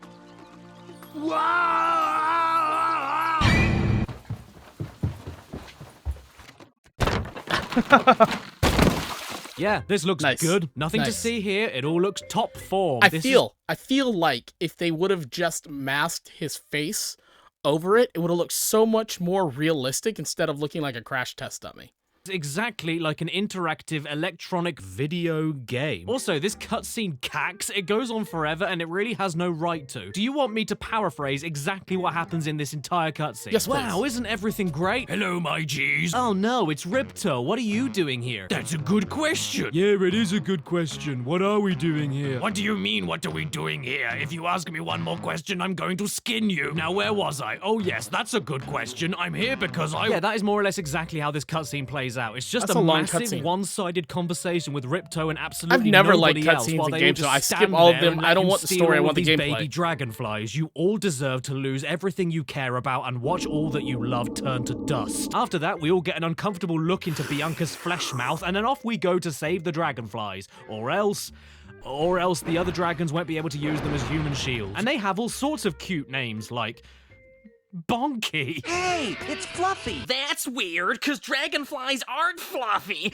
Hey, it's Sandra. It's Sam. Oh my spoiled custard. Is this how the game runs? Kinda Is laggy. the whole game going to run like this? Well, then someone had better catch it then. Come on, Simon, exit my dartboard. Why is it so Why are you laggy? like this? Are you dying? Oh no, there's an ice gate that can only be opened by ice breath.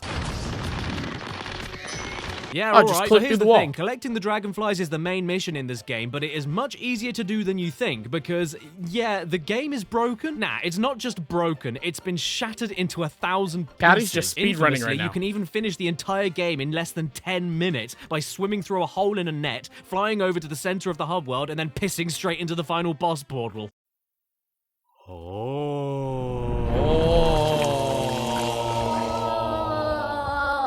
I like winning. Now, many years ago, I made a dedicated video about Look at Enter that the hair, Dragonfly. bro. And I was a puss. I didn't actually bother playing the game. I just broke it, finished it in 10 minutes, and then shoved out a lazy joke video to cover my electric bill. But this Sure. time, I no understand. such excuses. I played it legit, from start to end. So now I can confidently say, without a doubt, It looks like the a game terrible- is still shat. And I'm not the only one that Terrible thinks that, right, experience. Lady Emily? Spyro, I mean, I enjoyed Enter the Dragonfly as a kid. Shut up! I mean, ostensibly, the game is the same as Spyro 1, 2, and 3, but instead of refining or going forward, it takes things away. Simon 1 had 6 hub worlds, Simon 2 had 3, Simon 3 had 4, and this game has 1.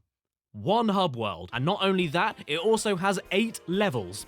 8 levels in total. Simon 3 had 21 Simons and Dartboard only has 8. Sure, they are much bigger than previously, and they do things like putting speedway courses inside those levels to beef up a single level instead of split them up. But it Okay, also that means makes that there sense. isn't as much visual variety, way too many flat and gaping chasms of spaces where a level should be, barely any gliding challenges aside from like 3 levels, and despite you having new power-ups to unlock in the forms of different elemental breaths, which is an idea I do love, there is yeah, that only seems one like a pretty single cool idea. instance of returning to an older level to find something new with an unlocked breath. And all it involves you gotcha, doing no is Easter grabbing eggs. kites by standing on children's heads. This also means the music is pretty limited in comparison to the PS1 just games feels too. so And I'm not laggy. sure why, but despite it being the same composer, it sounds like it's falling asleep most of the time.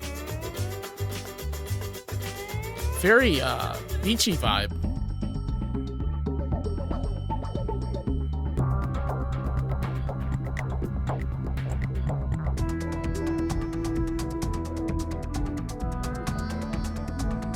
I don't think the music's bad necessarily, it's just too atmospheric and rich for its own good, especially for a game that looks like this. Can't deny though, Cloud9 is a tune.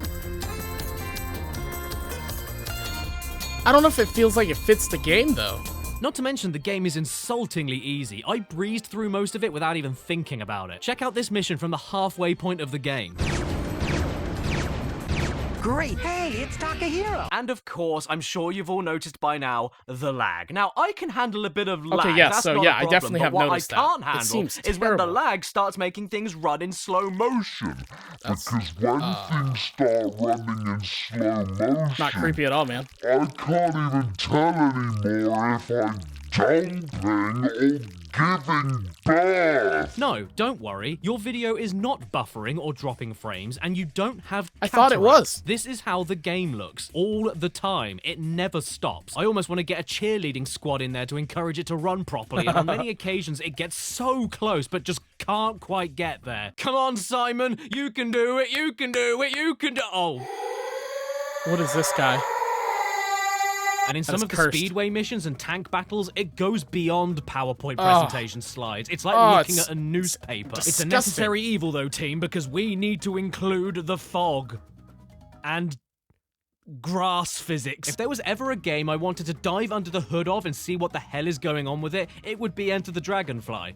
So I got my mate Boundary Break to look into the inner workings of the game, why? and this is what he found. Why would you overload it with particles? Textures? Wow, how did the developers leave that in? And even if the game didn't run like a crusty pair of jeans, the whole thing still feels like it's underwater. Movement is so slow and extremely floaty. The gems take 3 years to hit the ground after you break them out of baskets, and oh man, oh geez, are you a go. I don't mind the general graphics and the level aesthetic. Sometimes it can be quite nice, but what is it with these mouth animations? Is your face trying to run away from itself? You can't just Those take things the about to low poly sneeze. PS1 Toasty Maker mouths and then smooth them out for the PS2. It was charming back in I mean, the 1999, game does but in look 2002 better, it all looks like visually. a pair of old socks.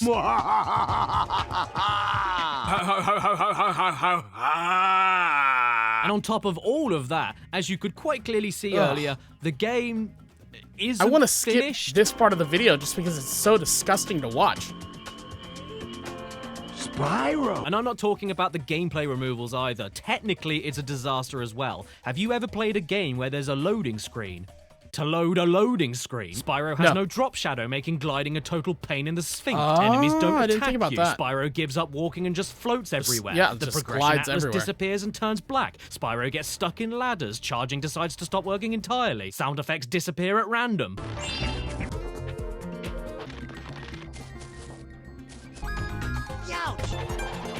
The wing deflect move you unlock, aside from only being needed for one single part of the game, doesn't even make its target when you do need it. Spyro loves to do these random falling animations after charge jumps and completely stop you in your tracks mid-air. The milk breath you get from space candy has no range. What? The camera controls often stop working entirely whenever you move. The camera forgets that it's supposed to be looking at you all the time. Sparks just refuses to eat butterflies when he desperately needs them for extra hit points. The Spitfire machine gun needs to be things tapped over and content over again creators to do fire for instead of just content. held down. Your flame breath sometimes doesn't attack at all. The characters are always turning into statues, especially during dialogue. Uh-oh, he stopped. Can someone put a pound in him? Then there's my favorite one. Whenever you're in the tank, you're able to twist the turret with the shoulder buttons whenever you're stationary. Okay. But then when you start moving, you're allowed to twist the turret left, but then twisting Wait, is it he right playing stops PlayStation working game only with when you're a moving. GameCube This controller? game is incredible. And taking the coding issues out of the way and the gameplay being stripped back from the PS1 days, the game's also unfinished in other weird ways, like with good old Rage Against the Machine Bag, who only appears one single time in the entire game on level 1 and never comes back, which is probably for the best because I don't like Yeah, we your don't like this cultural character, right? appropriation. Yeah, And we there's don't like this this bit where character. you talk to a monkey, finish a sliding mission, get a dragonfly, and then the game makers forgot to make the monkey offer you an extra dragonfly for doing the mission again on hard mode. Oh no, where are we so going? Sparks just turns around to you and says, "Oh, wait a second, there's another dragonfly mission here, but the monkey forgot to tell you about it, so do you want to do the slide again?" Oh, and speaking of Sparks, most of the time he has the same voice in Spyro 3 that I love dearly. Except for one single instance when Spyro insults him and he outright just says the word "Hi!" You can look up reviews of this game when it first came out on the internet, but honestly, I don't think it's possible to review it's this so game. They're all just disgusting. encyclopedias of everything wrong with it. Hey, it's Shadow! So when all is said and done and you can't stomach it any Oh, no. longer, you end up at the final boss, Ripto. Oh no, wait, I meant the only boss, Ripto. Why is it What zoomed is in this like game's this? daddy issues? And the boss itself is well, it's on brand, I'll give it that. Also worth mentioning that if you start this fight off, you have bricked your save file and can never leave the fight until you beat the game. So if you're going for 100%, do not go into the boss portal. Okay. You'll never come Good back. to know. The fight Good to know. itself We're not is going to play pretty this game, but that's good to know. But the best thing about it is that after you beat him, you get this cutscene.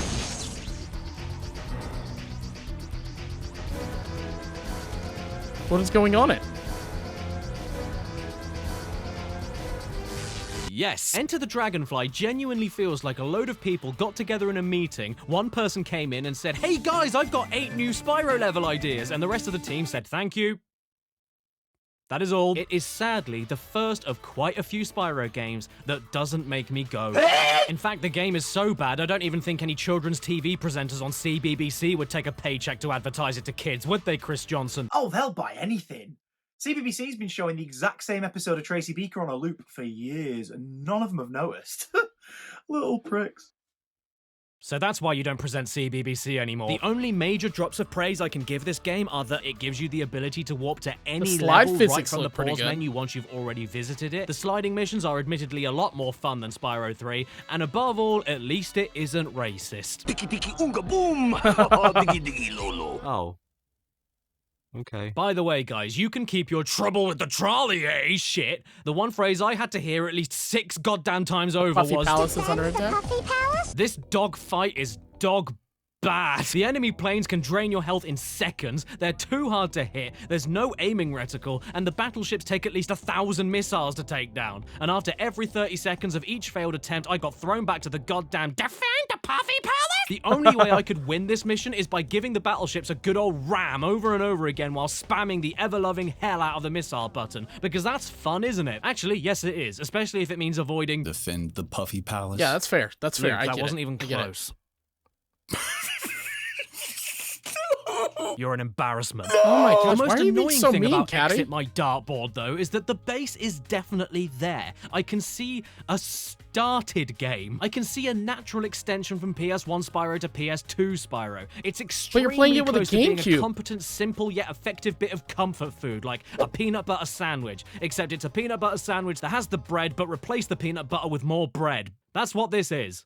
Spyro 4 is a bread sandwich. Oh, and who in Satan's pantry signed off on this never had a credits bread image? sandwich, you're missing out. I like it. It's funny. Wait a second, is your name Two-Eyed Willy? Thing is, though, I didn't just decide to play every level and beat the game. At least his name wasn't One-Eyed I decided to beat it all. Ew.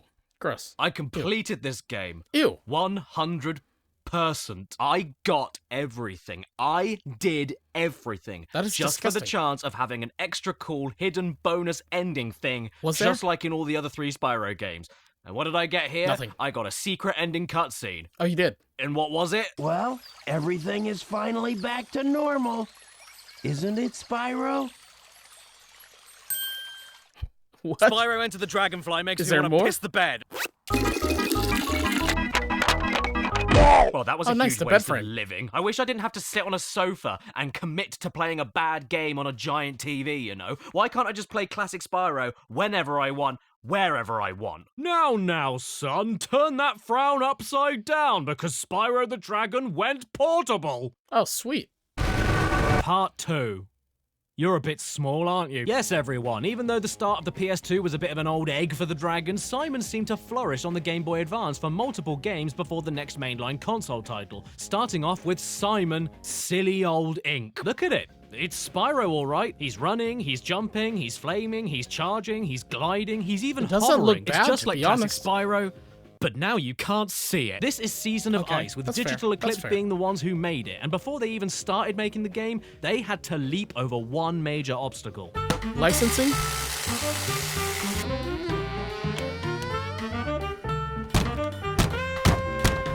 It doesn't fit. So if they were going to make a Simon game fit into a GBA, The sacrifices must be made. as you can see, it is pretty close to PS1 Simon, but with a shitload of cubes, so if you like cubes, you're going to love this.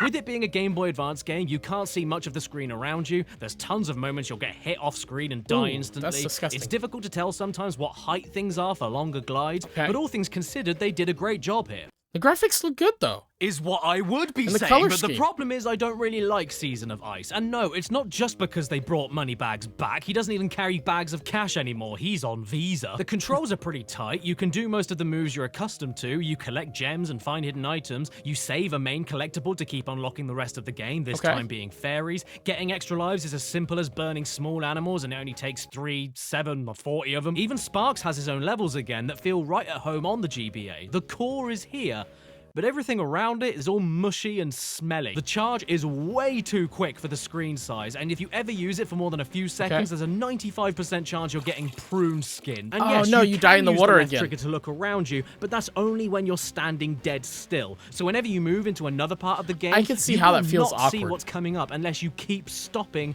looking, and then moving a few steps forward. Oh, leave no, me right off the alone, edge, you no! rag! And in the cruelest twist of fate, if you die, you lose all of your progress in the level except for the gems and enemy defeats. There's no checkpoints at all, and with levels like these where everything does looks sound the like a damn terrible same, game trying design. to re-find treasure chest keys that then stick into a treasure chest you have no clue where it was before, or re-finding all of the optional items to burn around the level for an extra fairy is utterly miserable. Made even worse when you were killed unfairly by an off-screen attack, or whenever Spyro gets hit in general and decides to slide backwards for like 5 hours until he falls That right is into a his lot of tomb. sliding. Oh, and That's even a if lot you of sliding. don't manage to die and complete objectives that involve exploring these copy-paste box factories, you get forcibly teleported to the middle of Dickville nowhere and then need to figure out how to get back to where you were before. I don't know what square I was at before. The game has no map to tell me. I can't do this all on my own. I'm not Biden. But at the absolute very least, you can do this.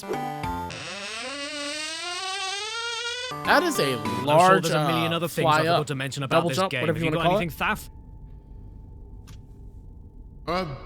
What? Oh my god, you're right! I forgot to mention that! And while I'm whining about a 21-year-old game that nobody cares about, the bosses suck too. This is Grendor, the main villain. He appears twice. You fight him twice. He has a head.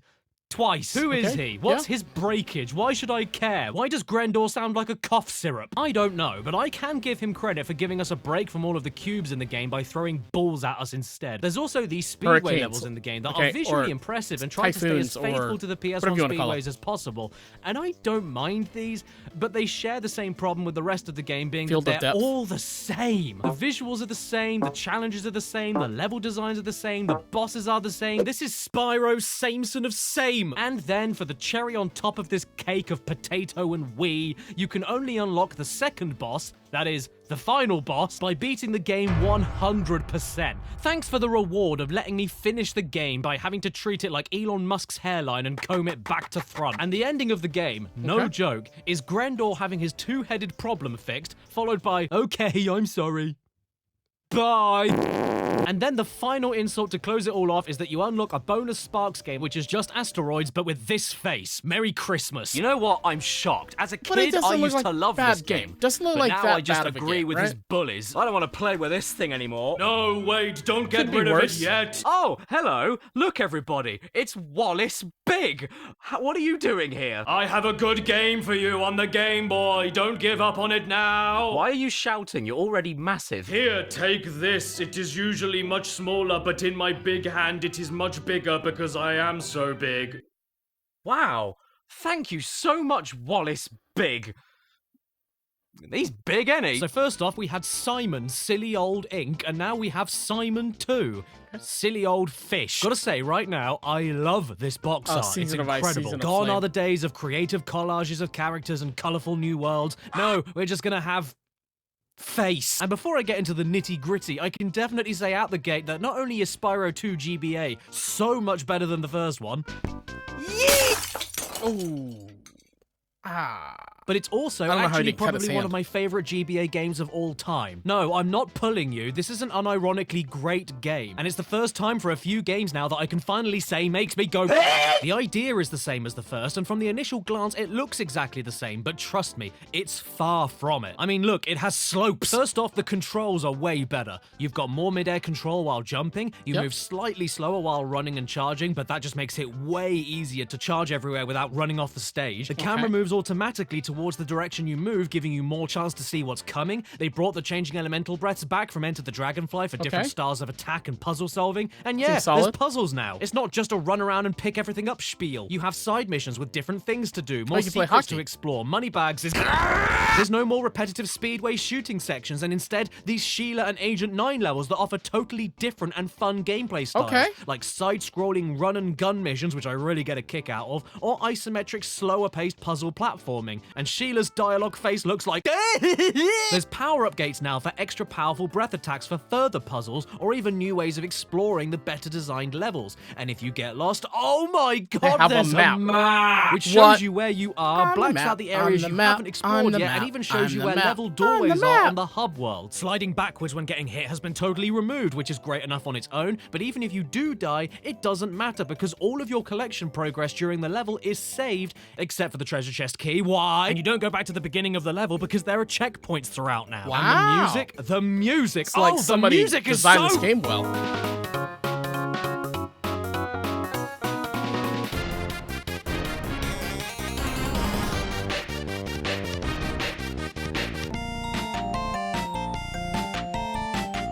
Again, I'm not big into video game music. I need my music to have lyrics. Maybe that's why I really don't like EDM that much.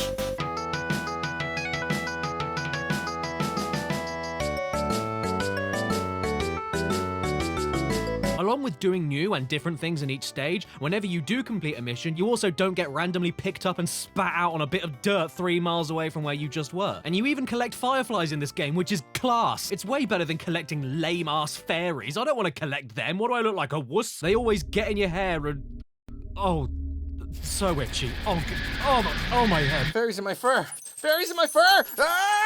I would hate to have there aren't any fairies more in my bosses fur. to fight, but there are also Crush, Gulp, and Ripto Sounds from like an Spyro STD. 2. Not my favorites, but still more familiar and better executed than whatever this thing is that can service 2 at once. You know what else I noticed? Sparks keeps wanting to say ass and the game never lets him. He's always just about to say it, but then the game chickens out like it's Why? E for everyone Just or let him. something. Just This let will him. not do, Nintendo. Sparks needs his ass. Hashtag let Sparks say ass. Yeah, Literally hashtag. everything wrong with Hashtag Season it. of Ice is fixed here, and I couldn't be happier about that. Even the little things like each playable character flying back to the hub world is great. It's a flying ape. And character dialogue having these noises is great. Yeah. It sounds like when I'm trying to It does fit add on a field of depth. I also to it. love to stand on moving platforms and hold the look button down. Bye-bye, Simon. The only part I really don't like is this one mission here when you've got to use electric breath to protect a mouse loading a rocket ship, mainly because for some baffling reason, the lightning breath just doesn't work, only in this part of the game too. But who cares? I can't be angry at the first video game ever to have a level made out of runny green cheese. I think Tutter's looking a little tired, don't you? You don't have to 100% the whole game to finish it either, and if you do choose to 100% it, you unlock a bonus game from the main menu called Sparks Panic, which I thought he was doing in the other game. But now it's basically the exact same Sparks shooting you already know by this point, but it's wave-based now. And then you can even play Dragon Giraffes! Although, if you're playing with me, you don't play drafts. You lose it. Oh, I know that sound. Oh, you know, that's the great thing about Cash, isn't it? It doesn't matter wherever I go or whatever I do. He's always there. And that's what I love about him, is that he's never able to leave me alone. And you know what? That's fine with me. That's my lot in life. Crash and I, we're both linked at the hip. There's nothing that anybody can do about that. And wherever I go and whatever I do, he's always going to be there. That's totally fine with me. I've got no problem with it. And you know the small price to pay for such a great game? Every so often, you get a tiny tad of slowdown. But honestly, that really doesn't bother me. I like to look at Spyro 2 GBA like a little old man. Yeah, he may slow down occasionally, but he's got more wisdom to make up for it. And he hates foreigners. Well, Wallace Big, you weren't lying. This game actually turned out pretty great. So thanks so much for the wreck. Ho ho ho ho, well, you know. No, I don't. Bye. Goodbye. Goodbye. No, great bye. Have a great bye. I've never thought about that. Like, telling somebody to have a great bye. I know, yes, it has its downsides, or should I say downsize. Ha ha.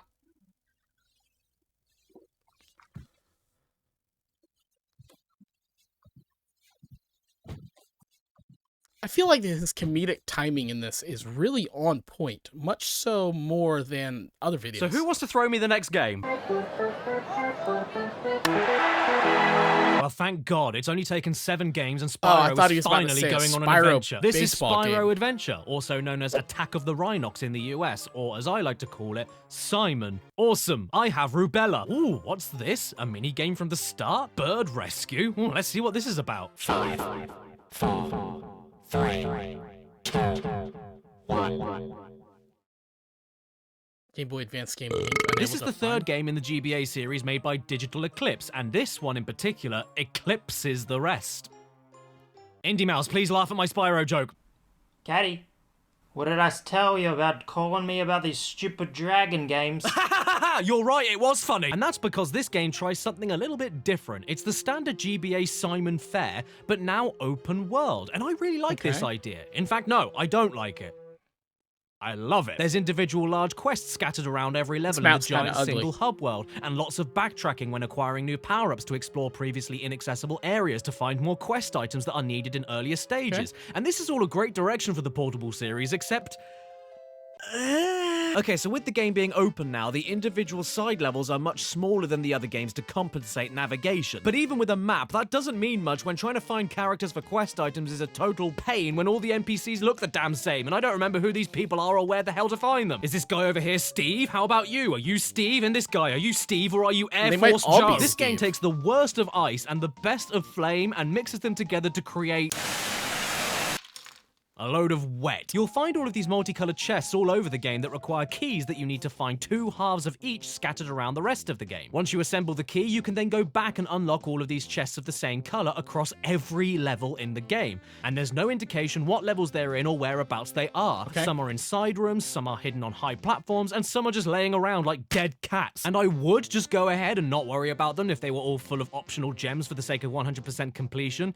But I can't ignore them because some chests have gems and some have extremely valuable items to further progress the game. Meaning that whether you like it or not, you have to go back through the whole game every single time you assemble a new key and find all of the chests in every level just in case you missed one with a quest item in it. And if the chest is hiding in one of the side rooms, you'd better pray it's not one of the ones that need 2 buttons being pressed at totally opposite points of the level under a time limit every single time you need to get into that side room. No, it doesn't stay open. You have to do this every single time. And then the chances are you get in there and you haven't got the right colored key yet. But unless you write it down, how are you gonna know? I'm a kid playing this on a Game Boy Advance in the back of my car trying not to throw up. I'm not gonna do any note-taking. I'm not a...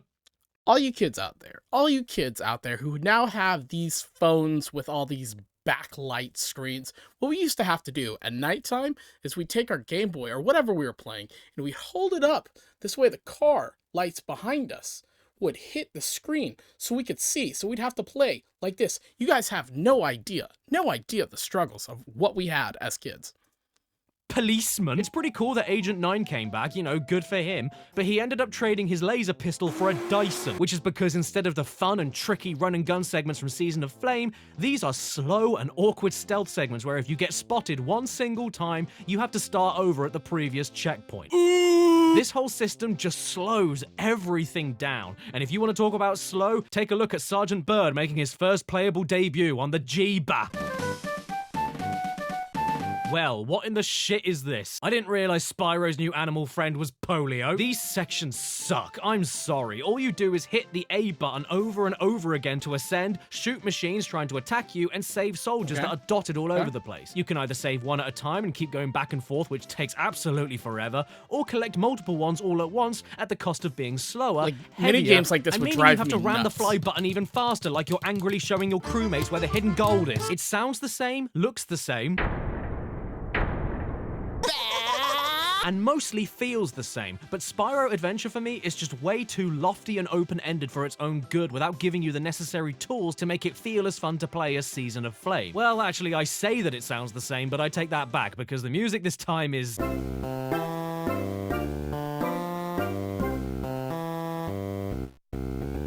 On top of that, you fall through the floor more times than I think should legally be allowed. Agent 9's grappling hook does not work properly. that's terrible. Moneybags is now pink, and most of the missions are now just, well, Spyro, look out! A thief has stolen one of the dragon babies, and you've gotta stop him! Looks like it'd be Yeah, pretty hard alright. to deal One with of the those things we need controls, to to be save the honest. world is in this safe that you can't get in. Oh, I'm in. just Also, clip I in. think Moneybags now has a kid, which means I can't look at him anymore without knowing that someone rode him. Well, I don't know about you guys, but after playing all these GBA games, I'm getting sick of looking at squares. Can I please get a game that just has no squares in it for a change? I know, maybe there's one over to my left. What about the I can't Spyro and believe those Crash things games? you just said. Oh, look everybody, it's my cousin Squaddy. You shapist. Oh, come on, Squaddy. I've been looking at squares all day. I just want a break Yeah, from he just them. wants a break, man. We'll Give take him a break break, from this. Squatty. Oh. Fun. Hey, round boy, my face is up here. Sorry, Is that what you call a I just didn't cocked realize you block? people were so violent. They made one more Spyro GBA game, known everywhere as Spyro Orange, the Cortex Conspiracy. Why? Although it's more commonly known in the UK as Simon Fudge. And not only is this the final standalone Spyro game on the Game Boy that wasn't a port, and not made by Digital Eclipse, but it was also a crossover game. And a crossover a game with 2D another platformer? platforming juggernaut that you all know and love. Is it Snoik? No, Eggman. It's the one, the only, Mickey Mouse. What? What are you doing? What? Cameo! Oh yeah, after years of suspense and build-up, teasing fans all over the world by Naughty Dog and Insomniac hiding Crash and Spyro demos in each other's PS1 games, the two best-known PlayStation mascots were finally getting together on a system that needed a lamp. And yes, this also means Spyro and Crash's villains team up too, this game having Ripto and Cortex as bad guys. And the story they have here is that Ripto and Cortex team up to stop Crash and Spyro. And look! Oh my god, guys, there he is! Together on screen in the same game Crash for the B, first bro. time ever. And we become best friends after a boss battle where Spyro stands still, does absolutely nothing, and murders Crash with Molotov cocktails. What I don't understand, though, is that if it worked in Spyro Orange, why doesn't it work for me on Tinder? What we have here is a Simon side-scroller, Yeah, I guess which, girls aren't into that. you know I don't know. what? I'm Or not guys, completely I'm against. not We've gonna had judge you. 3 games of bastard squares taking all of our jobs! And now we have this. I'm fine with it. And we can run, jump, and... Yes, we don't charge anymore and we don't glide. 2 of the things that made Simon Simon. A controversial move that You I just will double never jump? understand, but not as much as how I triple don't jump? understand this. This is the replacement glide, everyone. Having a mid-air fit. And you know what? I wouldn't mind the lacking inclusion of 2 of Spyro's most defining things if the flame wasn't a useless spit on the floor that never hits any enemies, and if it didn't control as slippery as it does. You don't need to throw soup at Van Gogh to protest oil. Just Yeah, make people guys. play Spyro Orange and they'll never want to see oil again. I am barely just about to make the jumps on tiny platforms here, and most of the time I do, it isn't without jittering on the D-pad to land accurately because of just how oiled up the floor feels all over the game. It's worse than your local kebab shop. And once you mix already slippery controls with slippery ice in the ice world, just burn it, make it water, I'll drink it, I'll spit it out, I'll soak it up, and then I'll eat it. This can't I be honestly all thought the he was game gonna is, say though. it's And you're right. So slipperier what than else the do you floor do? at your You local find adult portals cinema. to mini-games, beat them, and that is it. Spyro Orange is a minigame collection in disguise, and not a very good one. This is what the game considers a fully fledged minigame. Okay. Open the gate. Close the gate. Do you want to play Breakout, but while the ball is on a tractor? Do you want to play a slow anti-gravity mech game where you collect one I mean, that bullet looks at a pretty time cool, to be and honest. fire one bullet at a time? Do you want to play an auto-scrolling flying shoot-'em-up stage where nothing happens? Do you want to play an auto-scrolling flying shoot-'em-up stage where nothing happens? Do you want to play an auto-scrolling tank shoot-'em-up stage when... Oh, wait, sorry, let me just flip this over. Do you want to There we play an go. Oh, it's auto-scrolling better. flying shoot-'em-up? Repetition is this game's mantra, and even for the ones that don't copy each other or repeat, every single minigame here is dreadful. In I fact, loved games it like can all be this. perfectly summed up by the first Where you ever bounce the portal ball you jump off the into. wall. Spyro very slowly jumping over holes in a Jeep. And that's it. That's the Spyro Orange experience condensed. And for the love of God, keep to the sides of all of the flying stages because the middle will always trap you into a game over that you can't see coming. Stay away from the center, like a pizza. Nobody wants that bit. And Yeah, some of no, these ugh, mini that's games the go grossest on part. for an eternity. Give me a stuffed crust, though? Whew. But I don't need to tell you this. When me and my sister were kids, I got Crash Purple for Christmas while she got this, and she loved it, didn't you, Rosie? what? See? She's an idiot. I've never played a game before where the game itself feels like it doesn't care. I've never been more acutely aware of a game nearly reaching sentience and telling me itself it is bored. Spyro Orange is alive and wants you to end it. Even Moneybags doesn't give a shit here. All he does is ask for money so you can buy trading cards, which do absolutely nothing. And the shopping experience itself... You just collect them, man. It's like Pokemon.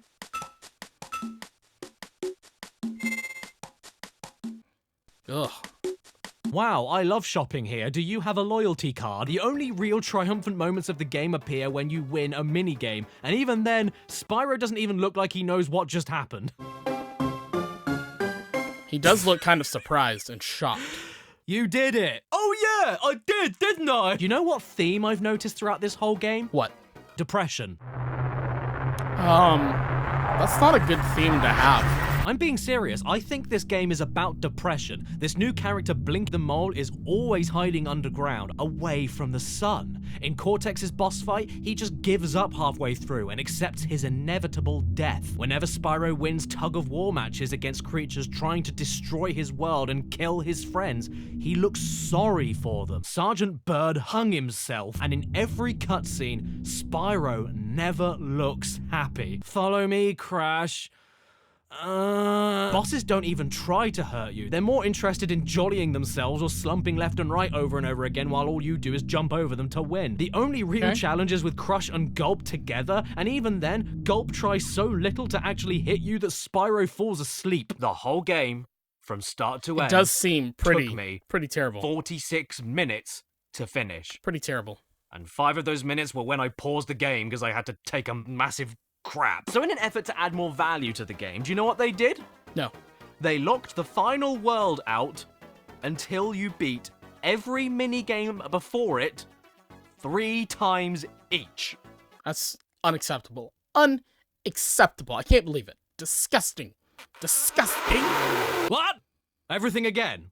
3 times each, when most of the minigames are copies of each other anyway. Are you trashed? No, not having it. I am not having it. Not having it. Jim Caddick, 28, male, not having it! Why didn't you tell me about this lady pelvic? Get over here, you damn bore. Felix! Huh? Oh my god, I'm so sorry for your loss. Let's be real, you'd have to be mental to play the whole game again 2 more times. Absolutely. With tiny little changes in difficulty, just so you could get to the last world. Sure. It makes sense. Anybody who did that So you is get to the absolutely final mental. world of the game, and lo Oh and my God, behold, Caddy, it's you did it. exactly the same as all the other worlds, with the same minigames and the same slipperiness, the same pitiful everything. With the final boss being a carbon copy of the final boss from Crash Bandicoot Purple, which you didn't have to access in that game by beating every minigame 2 extra times, and finally ending with Spyro looking like... But my absolute favorite bit, the best bit of the game entirely, What is it? is that near the end, there's the hardest platforming sequence in the whole thing, full of long jumps, airborne enemies, leaps of faith, and it takes a while to get through it. But once you do get through it, the reward waiting for you at the end is Crash Bandicoot. The hidden That's a pretty good secret reward. of Not gonna the lie, game, it's a pretty good reward. locked behind the hardest part of it, is one of the main characters. I'm not exaggerating when I say this is one of the worst games I've ever played. I can't stand it, and I never want to play it again. So long, Scroat. Just eat it, bro. Just eat it. Just eat it. I'm a real fire dragon. Part 3. What is in your mouth? The next games had better be good or I'll burn down an orphanage. Well, hopefully after the disaster of Spyro Orange, we can finally get somewhere with Simon, a Happy Teeth. A Hero's Tale came out in late 2004 for PS2, GameCube, and Xbox right after Orange. And from now on, we've got no quality more of the of the original game looks teams good. behind the first few Looks games. really Different good. voice actors, developers, composers, the lot. Maybe for the best, I don't know. He knows. By the way, don't let this cover fool you. Even though it looks like a George R.R. Martin epic, you start the game up and get... Dude, some dudes drain my pool, dude. I mean, dude. Dude. So after Spyro Orange, everything is just and as it should be. The game opens with a familiar face, Nasty Knockers, and then this new ultra-mean baddie appears to try and take over the world with a face like a crumpled sewage pipe. His name is Red. I hope we find out why he's called that. The intro to our goodies begins, and who is Red? That's the fallen dragon, Red. I'm sure you've heard all about him. No. Yeah, we don't know, and we don't care. In this whole game, we never seem to care. We get hit on, don't care. We fight a thick old fish woman, don't care. We lose 80 dragon eggs from a nursery, no need to chase after the thieves, don't care. We get told to collect things to power this thing, don't care. And the professor doesn't seem to care either. What exactly do you need to collect? I don't know. Light gems? Fine.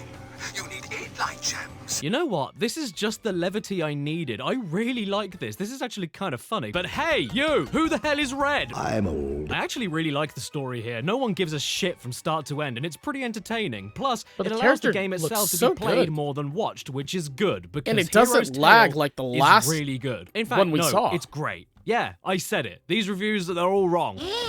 Small dark holes. Not a problem for me, Spyro.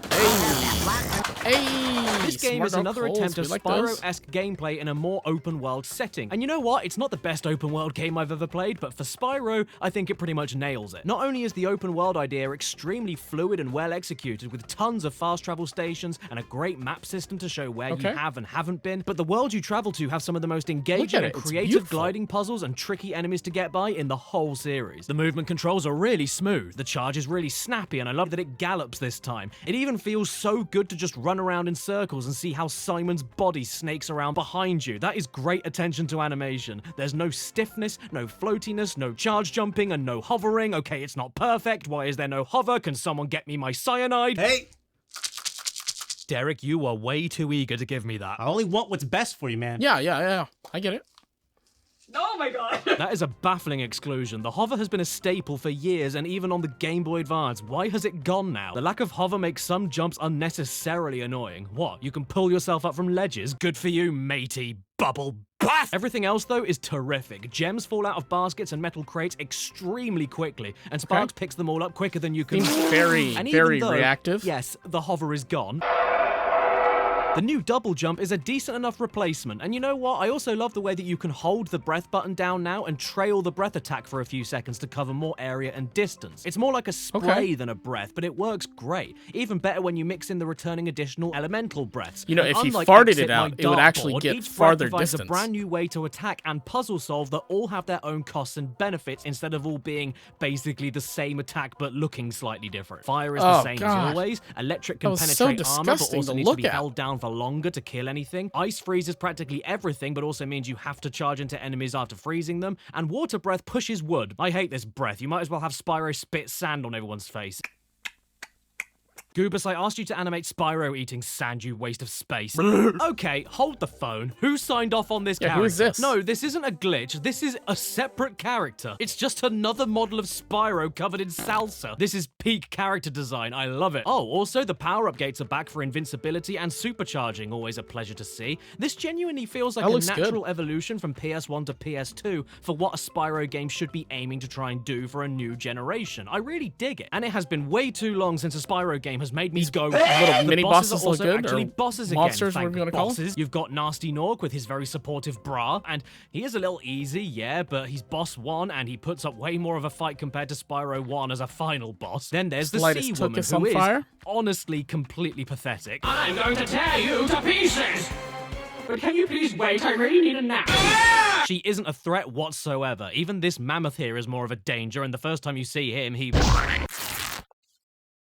I like that.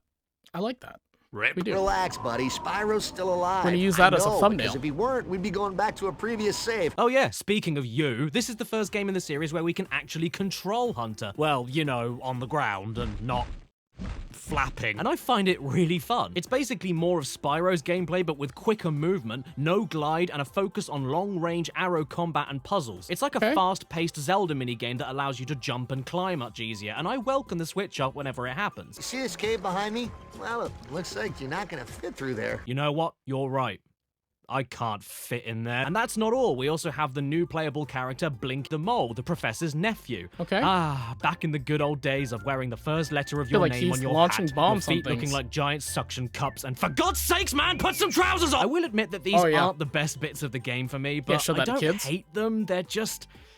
The idea is that you run around a series of underground caves, search for dark crystals, and then blow them up with a limited supply of bombs you can find elsewhere in the tunnels. It controls fine, but all of his segments are visually identical. He isn't the most acrobatic mole I've ever seen, you know, like how moles are known to be, and it takes so long to find all the crystals, even longer if you miss a hidden area above or below you and have to backtrack. And then after you get through it once, you have to do it again for another collectible, which is just the exact same minigame in the same level design all over again, but with double the crystals to blow up and more tunnels to get through after going through the other tunnels you already went through earlier on the first minigame. Ugh. But like I said, they aren't that bad, just a little tedious, especially once you focus on first-person aiming for clearing out enemies and realizing that the butt squash move is probably the best move he has for fighting in close combat. Don't bother with the gun and don't bother with his That would actually probably be Sergeant my Bird. special, Yes, the he butt came squash. back. Sadly, his free-flying exploration is gone, his unblinking eyes have gone, his butt crack is gone, and his walking speed is... Oh, that's disgusting.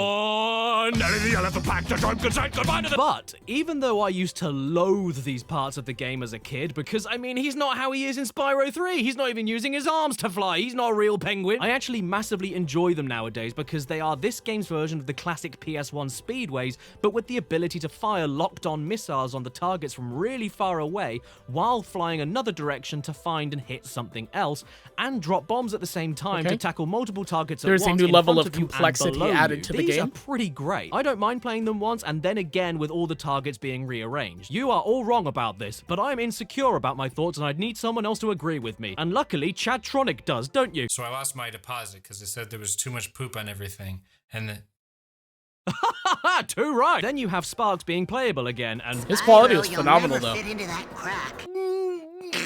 These parts are the worst bit of the game. They suck. They're annoying. You can barely see what's coming to maul you because Sparks' enormous fat ass is always taking up the whole screen. His bullets don't really feel like they hit anything reliably, and there are 0 invincibility frames, meaning if you get stuck in a collapsing ceiling, you can lose all of your health in a matter of 2 seconds. Oh yeah, you also have to play these twice as well, and the second attempt throws more enemies and less power-ups to help you out than the first attempt. You will enjoy it. Do I want to play again for fun? Are you high? Oh yeah, I completely forgot to mention Moneybags. Yes, he's back now. He looks and very for the much first more time, animated. I don't mind him here. He sells extremely useful items all over the place for you, like the ability to carry more than one chest key on you at once, double gems for a limited time, an extra shockwave power-up for your head bash, and a variety of handy elemental breath bombs that I used all the time. None of which is an issue to me because gems themselves are not part of completion now. They're currency. And to be honest, I can't be upset with someone that thinks I'm his sugar daddy. Ah, there you are, my favorite wallet.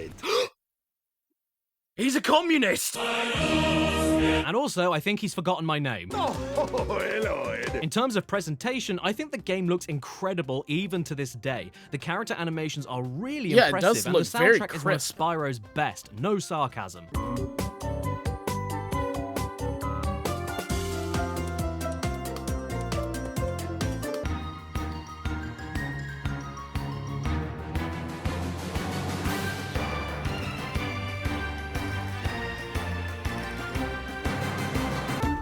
I don't know if the music fits still though.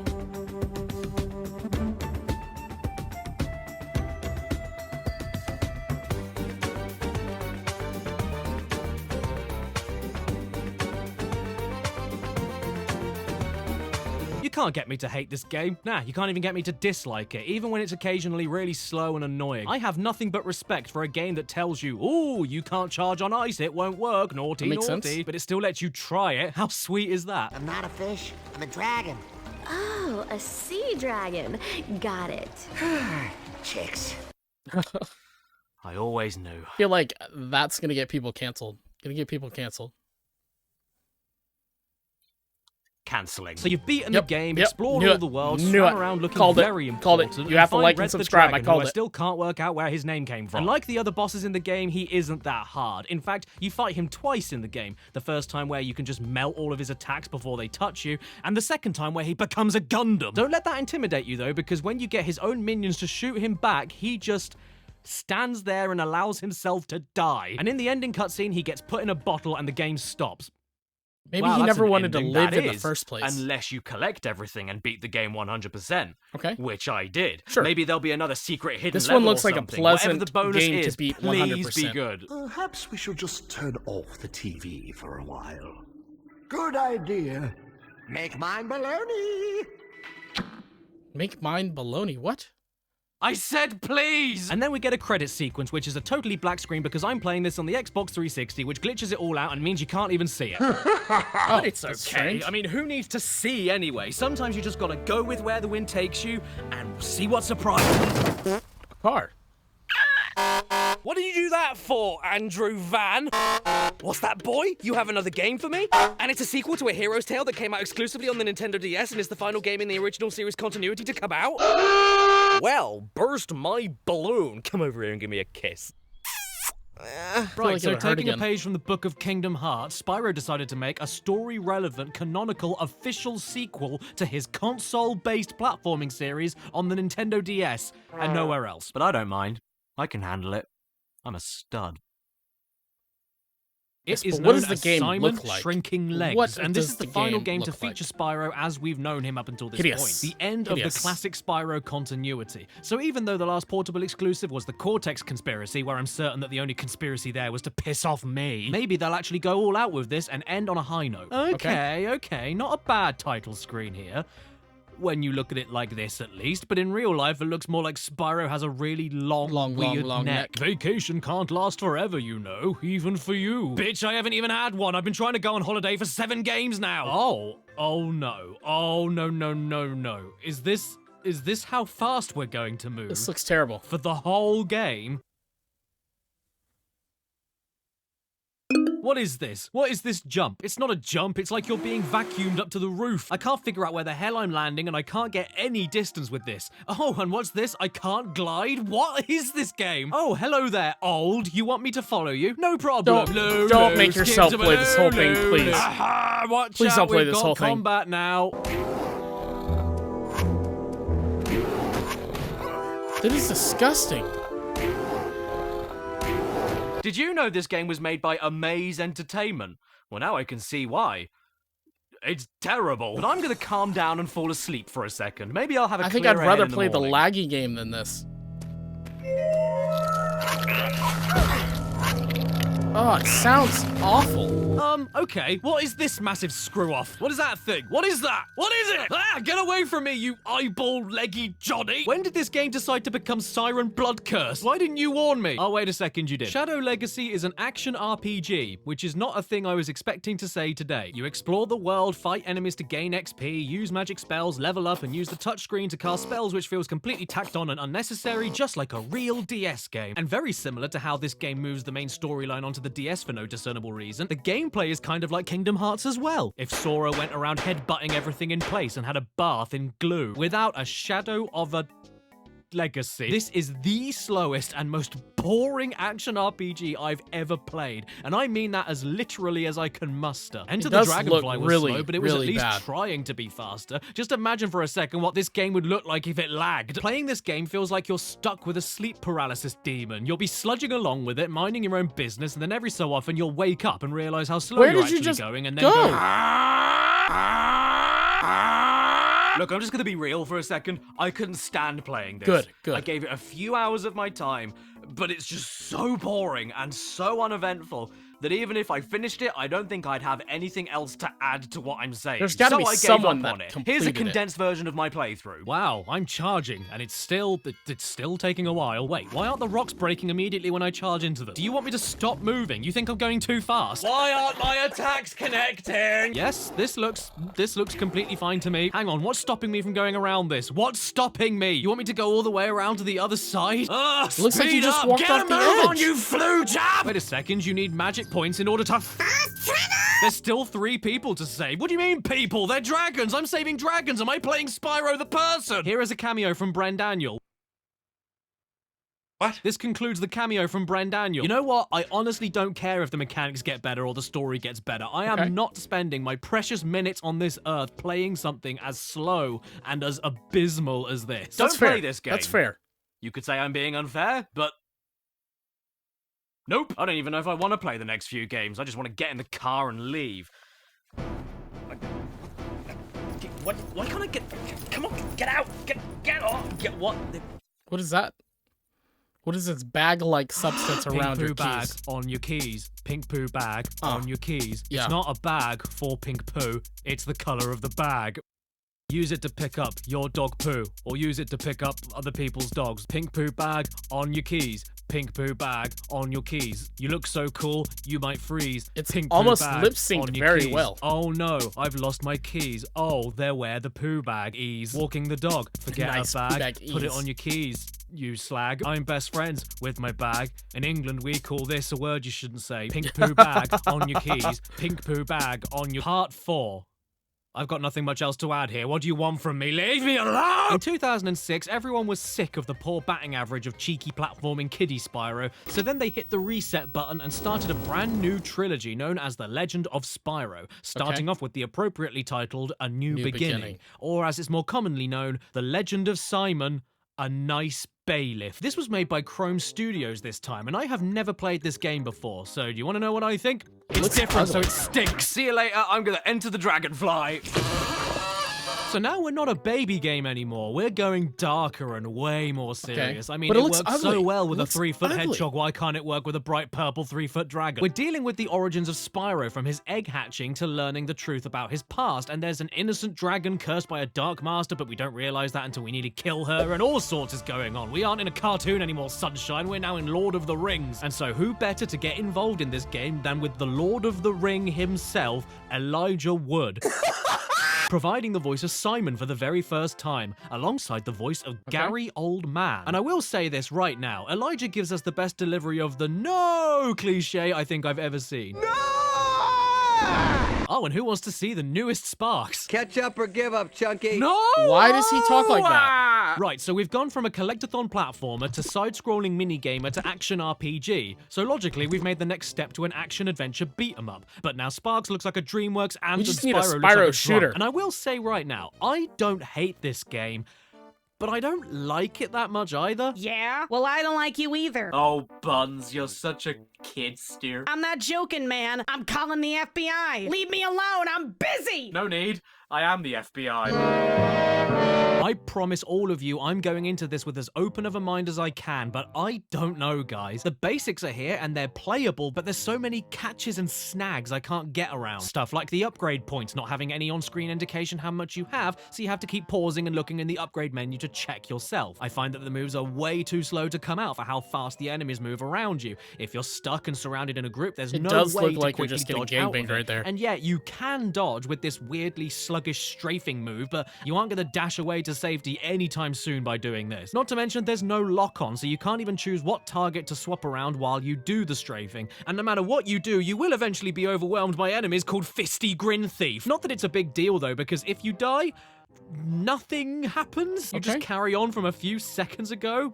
Okay then. Honestly, I just prefer spamming firebombs. It's easily the most effective and powerful attack to deal with all the groups, and it can also make the game look like spreaded mustard. You can double jump and you can glide, which I do appreciate, but there's barely any real point to it. You're still majorly railroaded from samey combat encounter to samey combat encounter without really being able to explore anything. Why did you Secrets just aren't fall? really a thing anymore either. The focus here is definitely the combat, but the issue is this ain't no Devil May Cry or Bayonetta. It's stupidly basic. Even the different elemental breath attacks don't change the fact that you're still pressing variations of the same 3 buttons without much else going on. And I know a ton of people wanted me to go in depth here and were really hyped to see what I thought about a nearly 20-year-old reboot about a lizard, but here's the thing.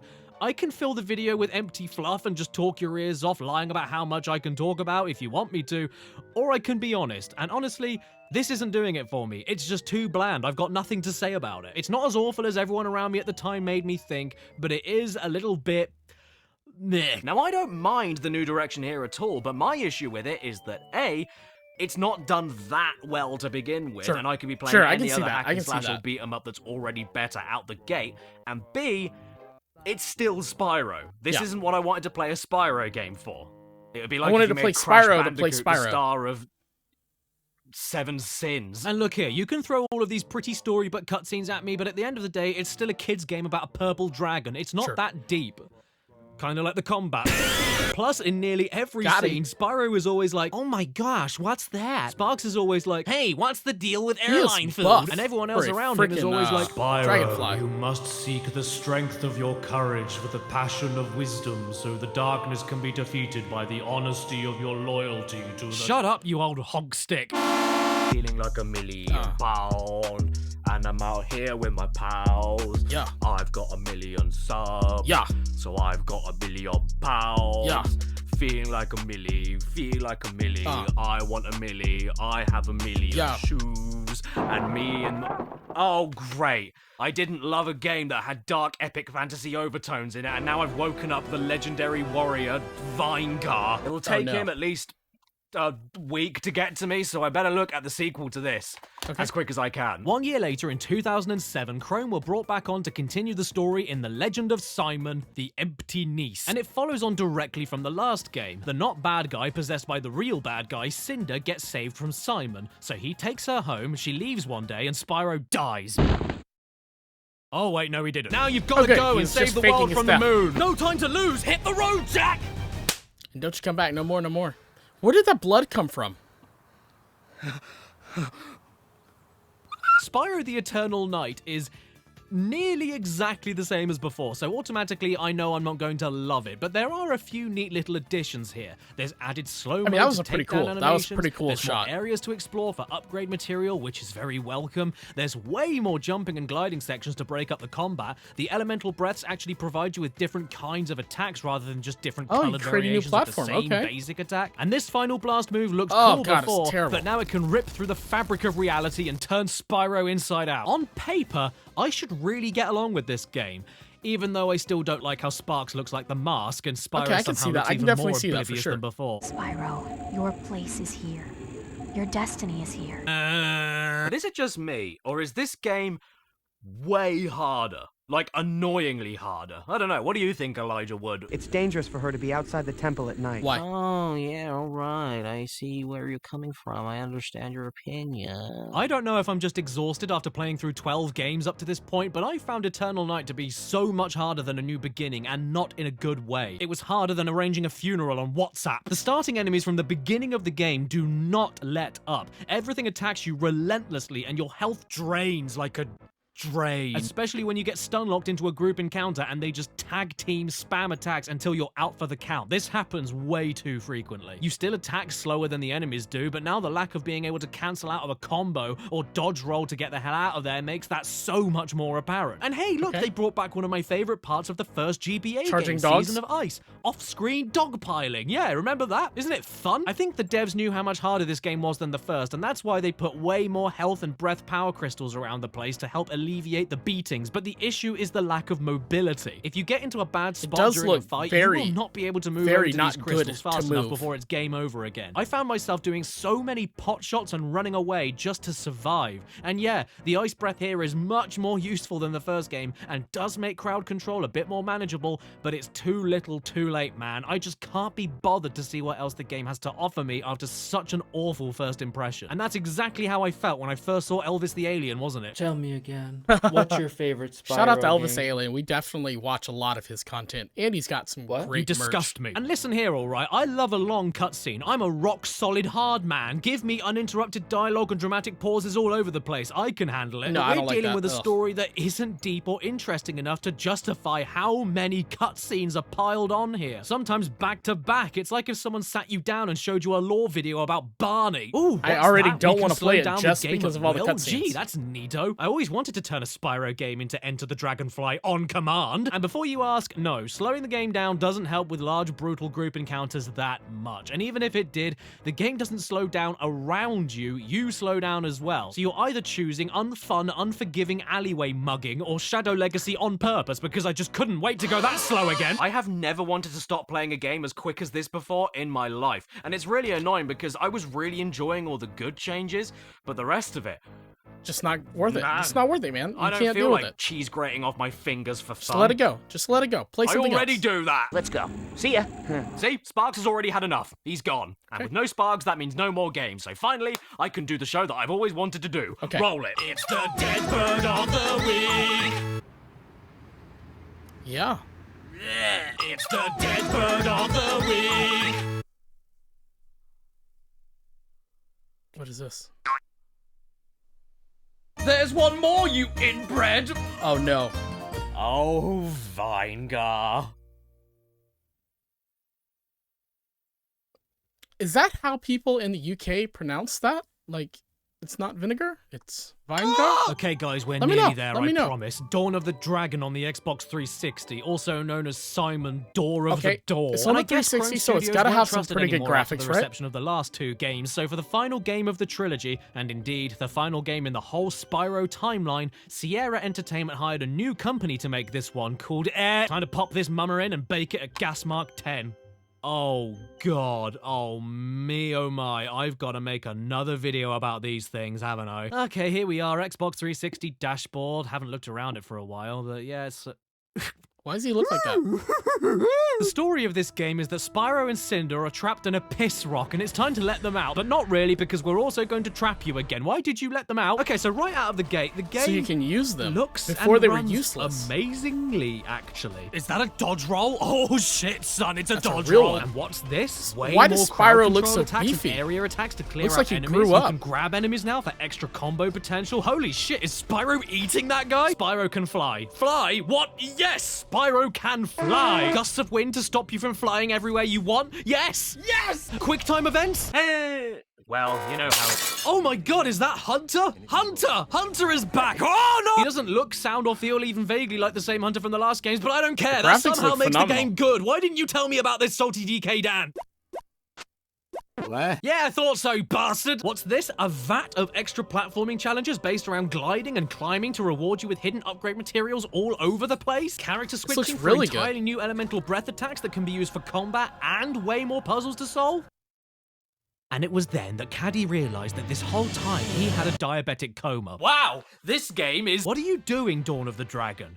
I like you? No, in fact, I really like you. I can't believe I'm saying this, and I'm sad it's taken until the third game of the reboot trilogy for me to say, but this is legitimately an extremely good Wall game. runs? It's got the Holy balance crap. between explorative collecting that Spyro is best known for, and the combat that the Legend series is best known for, and merges them seamlessly while improving the combat of the Legend series. It really helps how there's like a million new moves to play with instead of the same handful of combos we had before. There's ground combat, aerial combat, grabbing combat, and the breath combat is tons better. You've got fire, ice, electricity, and earth all unlocked from the It start. just doesn't feel and like do the even same more Spyro different game things that than we they've grew ever up with, done though. before. Some are great for group damage, But some that's are great okay. for Every dispersing generation crowds, needs some their are own. great for stuns, and some are great for continuous gradual damage. And with Cinder now being playable, you can switch to her whenever you want and pick her elemental breaths. Poison, fear, shadow, and wind. Too many beans. In combat, you still don't have a lock-on feature, but it doesn't matter because not only do you have a dodge roll to better position yourself to avoid damage quickly, finally, but most of the time the camera ends up being locked onto a scenario and pulled back like a PS2 God of War game, allowing you to see the whole battlefield, That's making nice. off-screen threats no issue at all, and when the camera control is given back to you, my humps. Look at this. There are multiple large, sprawling open worlds with tons of secrets and optional routes to explore, with gorgeous music in the background. Yeah, sure, whatever, the game slows down in bigger areas, but it's a small price to pay for what is the most liberating and It is unironically beautiful. magical Spyro It looks game so good. far. This is so good, dude. It took another 4 games for me to get to this point, but I'm so happy to play another Spyro game that makes me go... I'm still gonna prefer the Collectathon stuff. That's just what Spyro does best, if you ask me. But if you want to shoehorn him into these trendy, edgy bar fights, this is how you do it. Can you believe it? Up is not jump. I've never played Spyro. I don't know why I'm in this video. But, I mean, this is cool, yeah? Well, I couldn't believe it, so shove off. This game, man, after all the toss that we've tossed through, this actually warms my heart.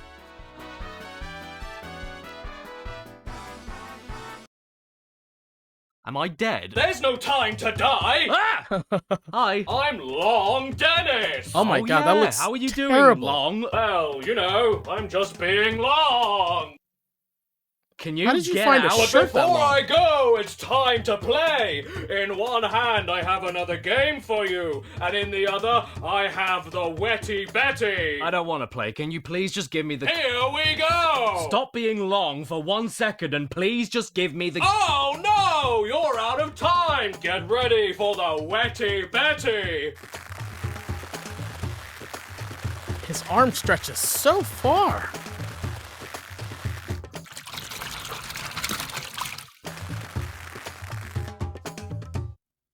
Ugh. Ugh. Oh, yeah.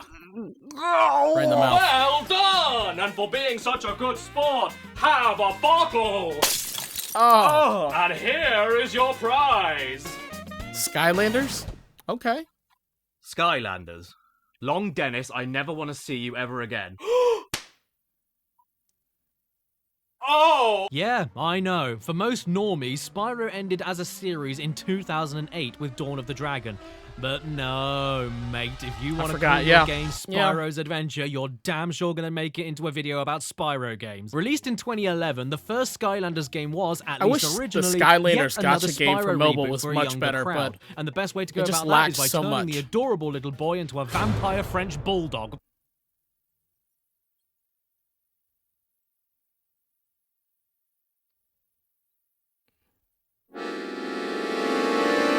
If we were fighting Couldn't find a real together accordion, huh? in a war against the same enemy, I would shoot you first. If you don't know what Skylanders is, well, I've actually already looked at one in an older video and explained what the game is. So do you know what I'm going to do now? Go back I'm to going that to put watch. the clip of me talking about it right here because I've been going on for 2 hours. Can you please let me have I know, this? it's been a Skylanders long is a series fucking of simple video, 3D Caddy. beat-em-up platforming Long games video. in the Spyro mythos, except that it requires the use of a USB portal device in order for you to place different figures onto the portal and have them pop up in the game. Different figures have different abilities to get by different obstacles and unlock different secrets. Thank you for explaining that, me. It was very hot. Now, the copy of Skylanders I found on eBay was brilliant. Want to know why? Because it came with a giant box of figures that I didn't want. Look at these. Like, what am I supposed to do with all of these? Well, I guess we can at least look at them. Yeah, I Who mean, is starring in collector the items? final original release of a game with Spyro still in the title? Well, we've got Spyro, Sparks, Cinder, Fire, Spyro, Thomas the Tank Engine, Fish, Steve Irwin, Spyro, Boat, and Shoe. Truth be told, I actually think Some all of these little Spyros guys don't are look pretty very cool, but I'm not Spyro-y. here to be nice. Let's play the game. I am Eon, your guide in this world. But where are you, you may ask? Yes, where are we? Where are we, Eon? Where are we? That is a very good question. This is Eon and this is Chaos. Eon is good, Chaos is bad. And Chaos also sounds like he's taking one giant I breath think in while Chaos is holding just his nose. misunderstood, okay, guys? Just misunderstood. Right then, level 1. Let's careful see with your what's inhale oh, screams. Oh, wait a second. I think my controller's broken. I can flame and I can charge, but I can't jump. You know what? Actually, no. Maybe it's just because this is the tutorial. This is a kid's game after all. The jumping might come later. No, it never does. Never does. Wait, so let me get this right. We've gone from gliding to gliding and hovering to no hovering to no gliding to no jumping. Yeah, all right, bye. This is a very nice effect. No. Bad. Bad boy. You know what? It would be so nice of you to use your giant wings to get over this tiny little that'd be hop, crazy, but wouldn't no, it? I've got to go all Run the way all around the way here around. and walk into this bouncy drain cover instead. I mean, shitting hell, you don't even charge for longer than a couple of seconds before getting tired. What's this? An achievement? Happy hour? I'm way ahead of you. And so I said, you put that in my pie hole and I'll have a wolf. I am starting to get sick to my guts with how slow Spyro likes to go in a lot of his games. Even if you wear a speedy propeller cap, it doesn't seem to make Spyro or any of his new bastard friends run any faster. And mixing that in with no jumping makes this not even slightly fun for me. Then as you go on through the game, there'll be side areas I mean, only that looks unlockable pretty from cool. friends of a certain class, which I don't mind. Whatever that but is. more often than not, it will randomly pop up and tell you that, oops, you're weak all of a sudden. Time for you to swap out to Wet Spyro, otherwise you'll take much longer than necessary to kill enemies that aren't weak to the class the game tells you to swap to for absolutely no reason. It's I mean, not it makes really a sense. video Elemental game, and advantage. more I like get a it. I get it. sit-up We get it. regime. We got to get those tubby kids their exercise sitting down playing games all day. So why don't we give them muscly thumbs and a six-pack? Oh, and this dude here is called Gil. Gil Grunt? Hey, look, it's Gil. What? The Gil section is over. Something that I didn't realize until now is that these figures actually save data. Yeah, they're not just a controller input, they're memory cards that keep data in their feet. So then, in one area, after swapping to someone with the correct class that I needed to, I ended up with someone born in 1947 Boomer. that was level 10 and had a small business loan This in the was a bank. strong That just comes with monster getting in these figures Gacha. pre-owned, I guess. Sure, I could reset them from the menu, but that means I'll go back to having like 2 attacks and not jumping anywhere and running slowly. So can you get off my dick? These cutscenes are really long, and I don't know why you can't skip them, because as we all know, Fortnite children love watching long videos in the middle of playing their games. Oh, yeah. Come on, I don't want to watch any of this. I want to get to the next level of doing nothing but running around and hitting 2 buttons. Wait, you're a Skylander, aren't you? Yes.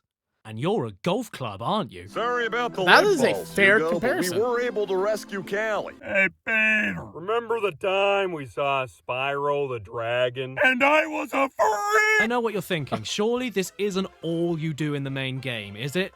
Yeah, it is. You I can run see that around, being spam like that, attacks, yeah. and don't jump anywhere. What do you do in the optional challenges? Run around, spam attacks, and don't jump anywhere. Okay. Oh, wow, look at this incredible new land to explore. What am I going to get to do in it? Run around, spam attacks, and don't jump anywhere. And Yep. I'm sorry, I am still in shock over the Why fact can't that you get over that? Spyro can't jump. Spyro the winged beast can't get over this tiny gap. So how does he get over the gap? He assaults a tortoise and shoves it into the gap to walk on top of it. That's how Spyro gets over a gap. I'm playing a game called that Skylanders does where seem you are kind of lame. unable to ascend towards it. Here's a tower I've got to smash. Don't you like smashing? Smashing is fun, right? Well, here's how you smash in Skylanders. Now, Okay.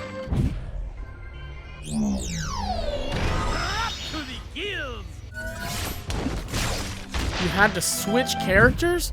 What in the hell kind of gameplay is this?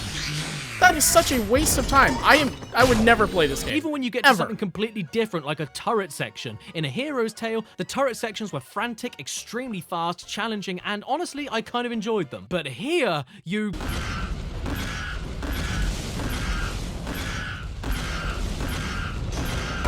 Shoot it until it disappears?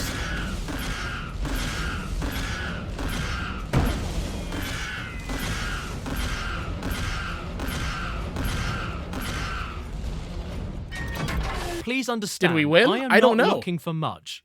Like Gandhi at a Christmas buffet. I don't need to own the world to be happy. But I physically am unable to understand the appeal of a game like this They have aside from the feathers. figures to collect, It has which you can wings with do feathers. anyway You can without playing fly. the damn game. And it's also great to play the game and then get constantly advertised to about the other figures I can get. Hey, thanks for buying our game, kids, but your parents didn't get you enough. Silence, Grunty! Without the figures, what is this? It isn't really anything, and it definitely isn't Spyro. It's transparently obvious that the subtitle, Spyro's Adventure, was slapped on to sell a brand new IP nobody would care about if he wasn't on it. Parade his corpse over the front of the box to pretend it's his game. But hey, don't go too far. We won't have him talk at any point in the game, or make a story about him, Wait, is he or have flying any in of the the game? characters address him by his name. You know, the name that's on the front of the box. Nobody will notice. Well, you know what, Activision? I noticed. People like to not count this as a Spyro game, but if you're gonna spit his name on the box That's and fair. claim it's That's his fair. adventure, then I'm gonna treat it like one. And to be quite blunt, I've booked too many cameos for this video, and I don't know how to fit them in. Isn't that right, Blueberry, Dana Rage, Digiman, Vegeta, the next level game apologist, Guru, Larry, John Riggs, LS Mark, Matt McMuscles, Nitro Rad, Rerez, Tennings, Trav Guy, Shafralas, Scarfulu, Uncle Silver, and Wayne as boss. And don't even get me started on Alicia. Nice. She threatened me Nice, with a carving guys. knife if I didn't put her in this video, so there you go. What? Please leave my family alone. Ah, look, I found an anvil. I put it on his head. Why? Perfect. I fixed Why? his ugly. Whoa, what's this? I can upgrade now and unlock new abilities? I Spyro's can flight. give Spyro flight. Yes, thank you, Christ. Now we can still What? not go anywhere. Yeah! Dare the drag. Oh, what's that? The game froze? Oh, that's a shame. Oh, and the game is recyclable? Gee, that's good.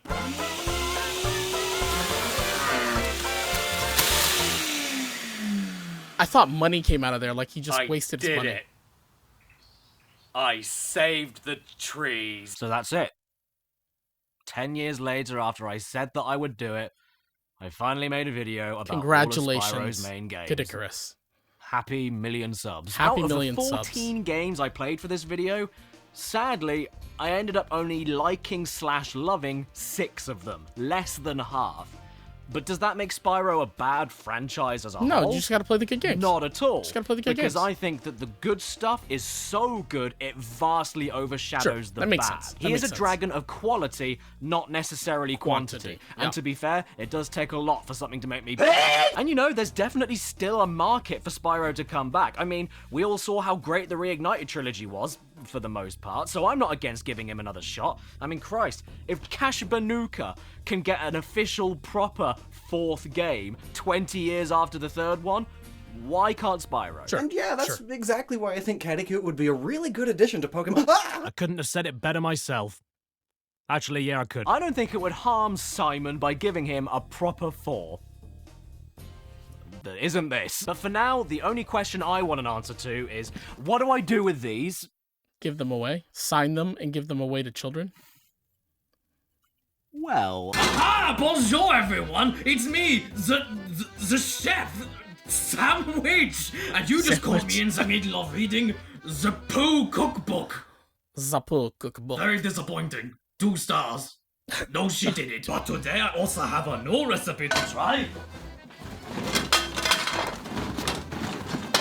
Skylanders sausage. The first step is that you want to put the heat on as high as possible, and then you get the vegetable and zoom.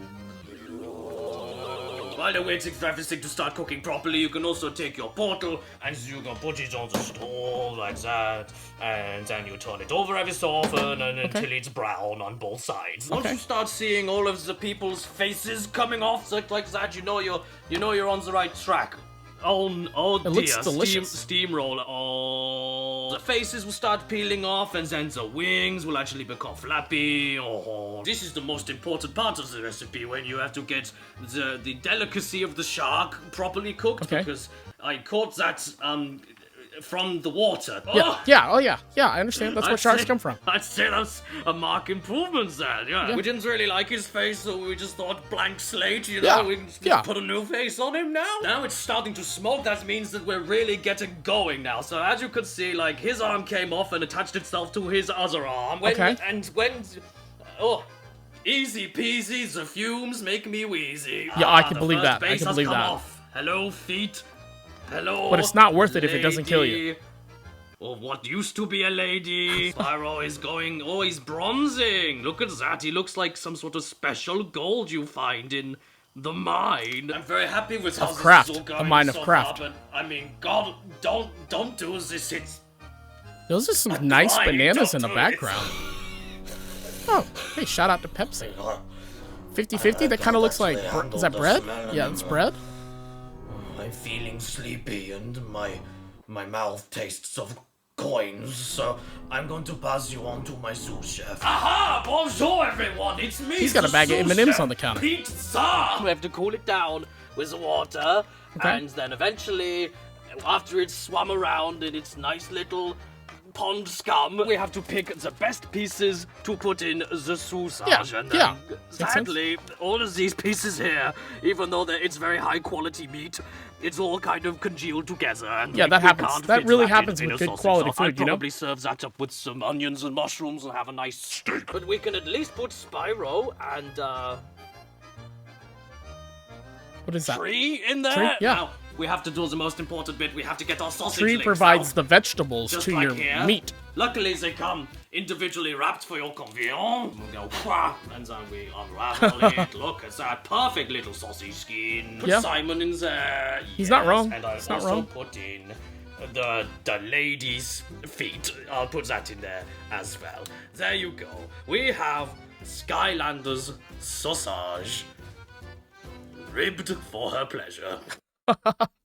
Ribbed for her pleasure. Ribbed for her. Okay, what is going on? This is devolved into something that I don't want to know about.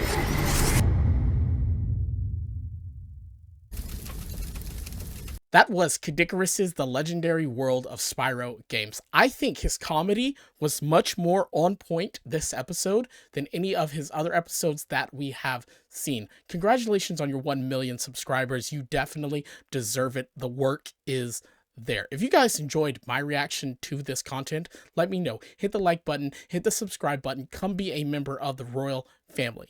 I'll see y'all later. Peace.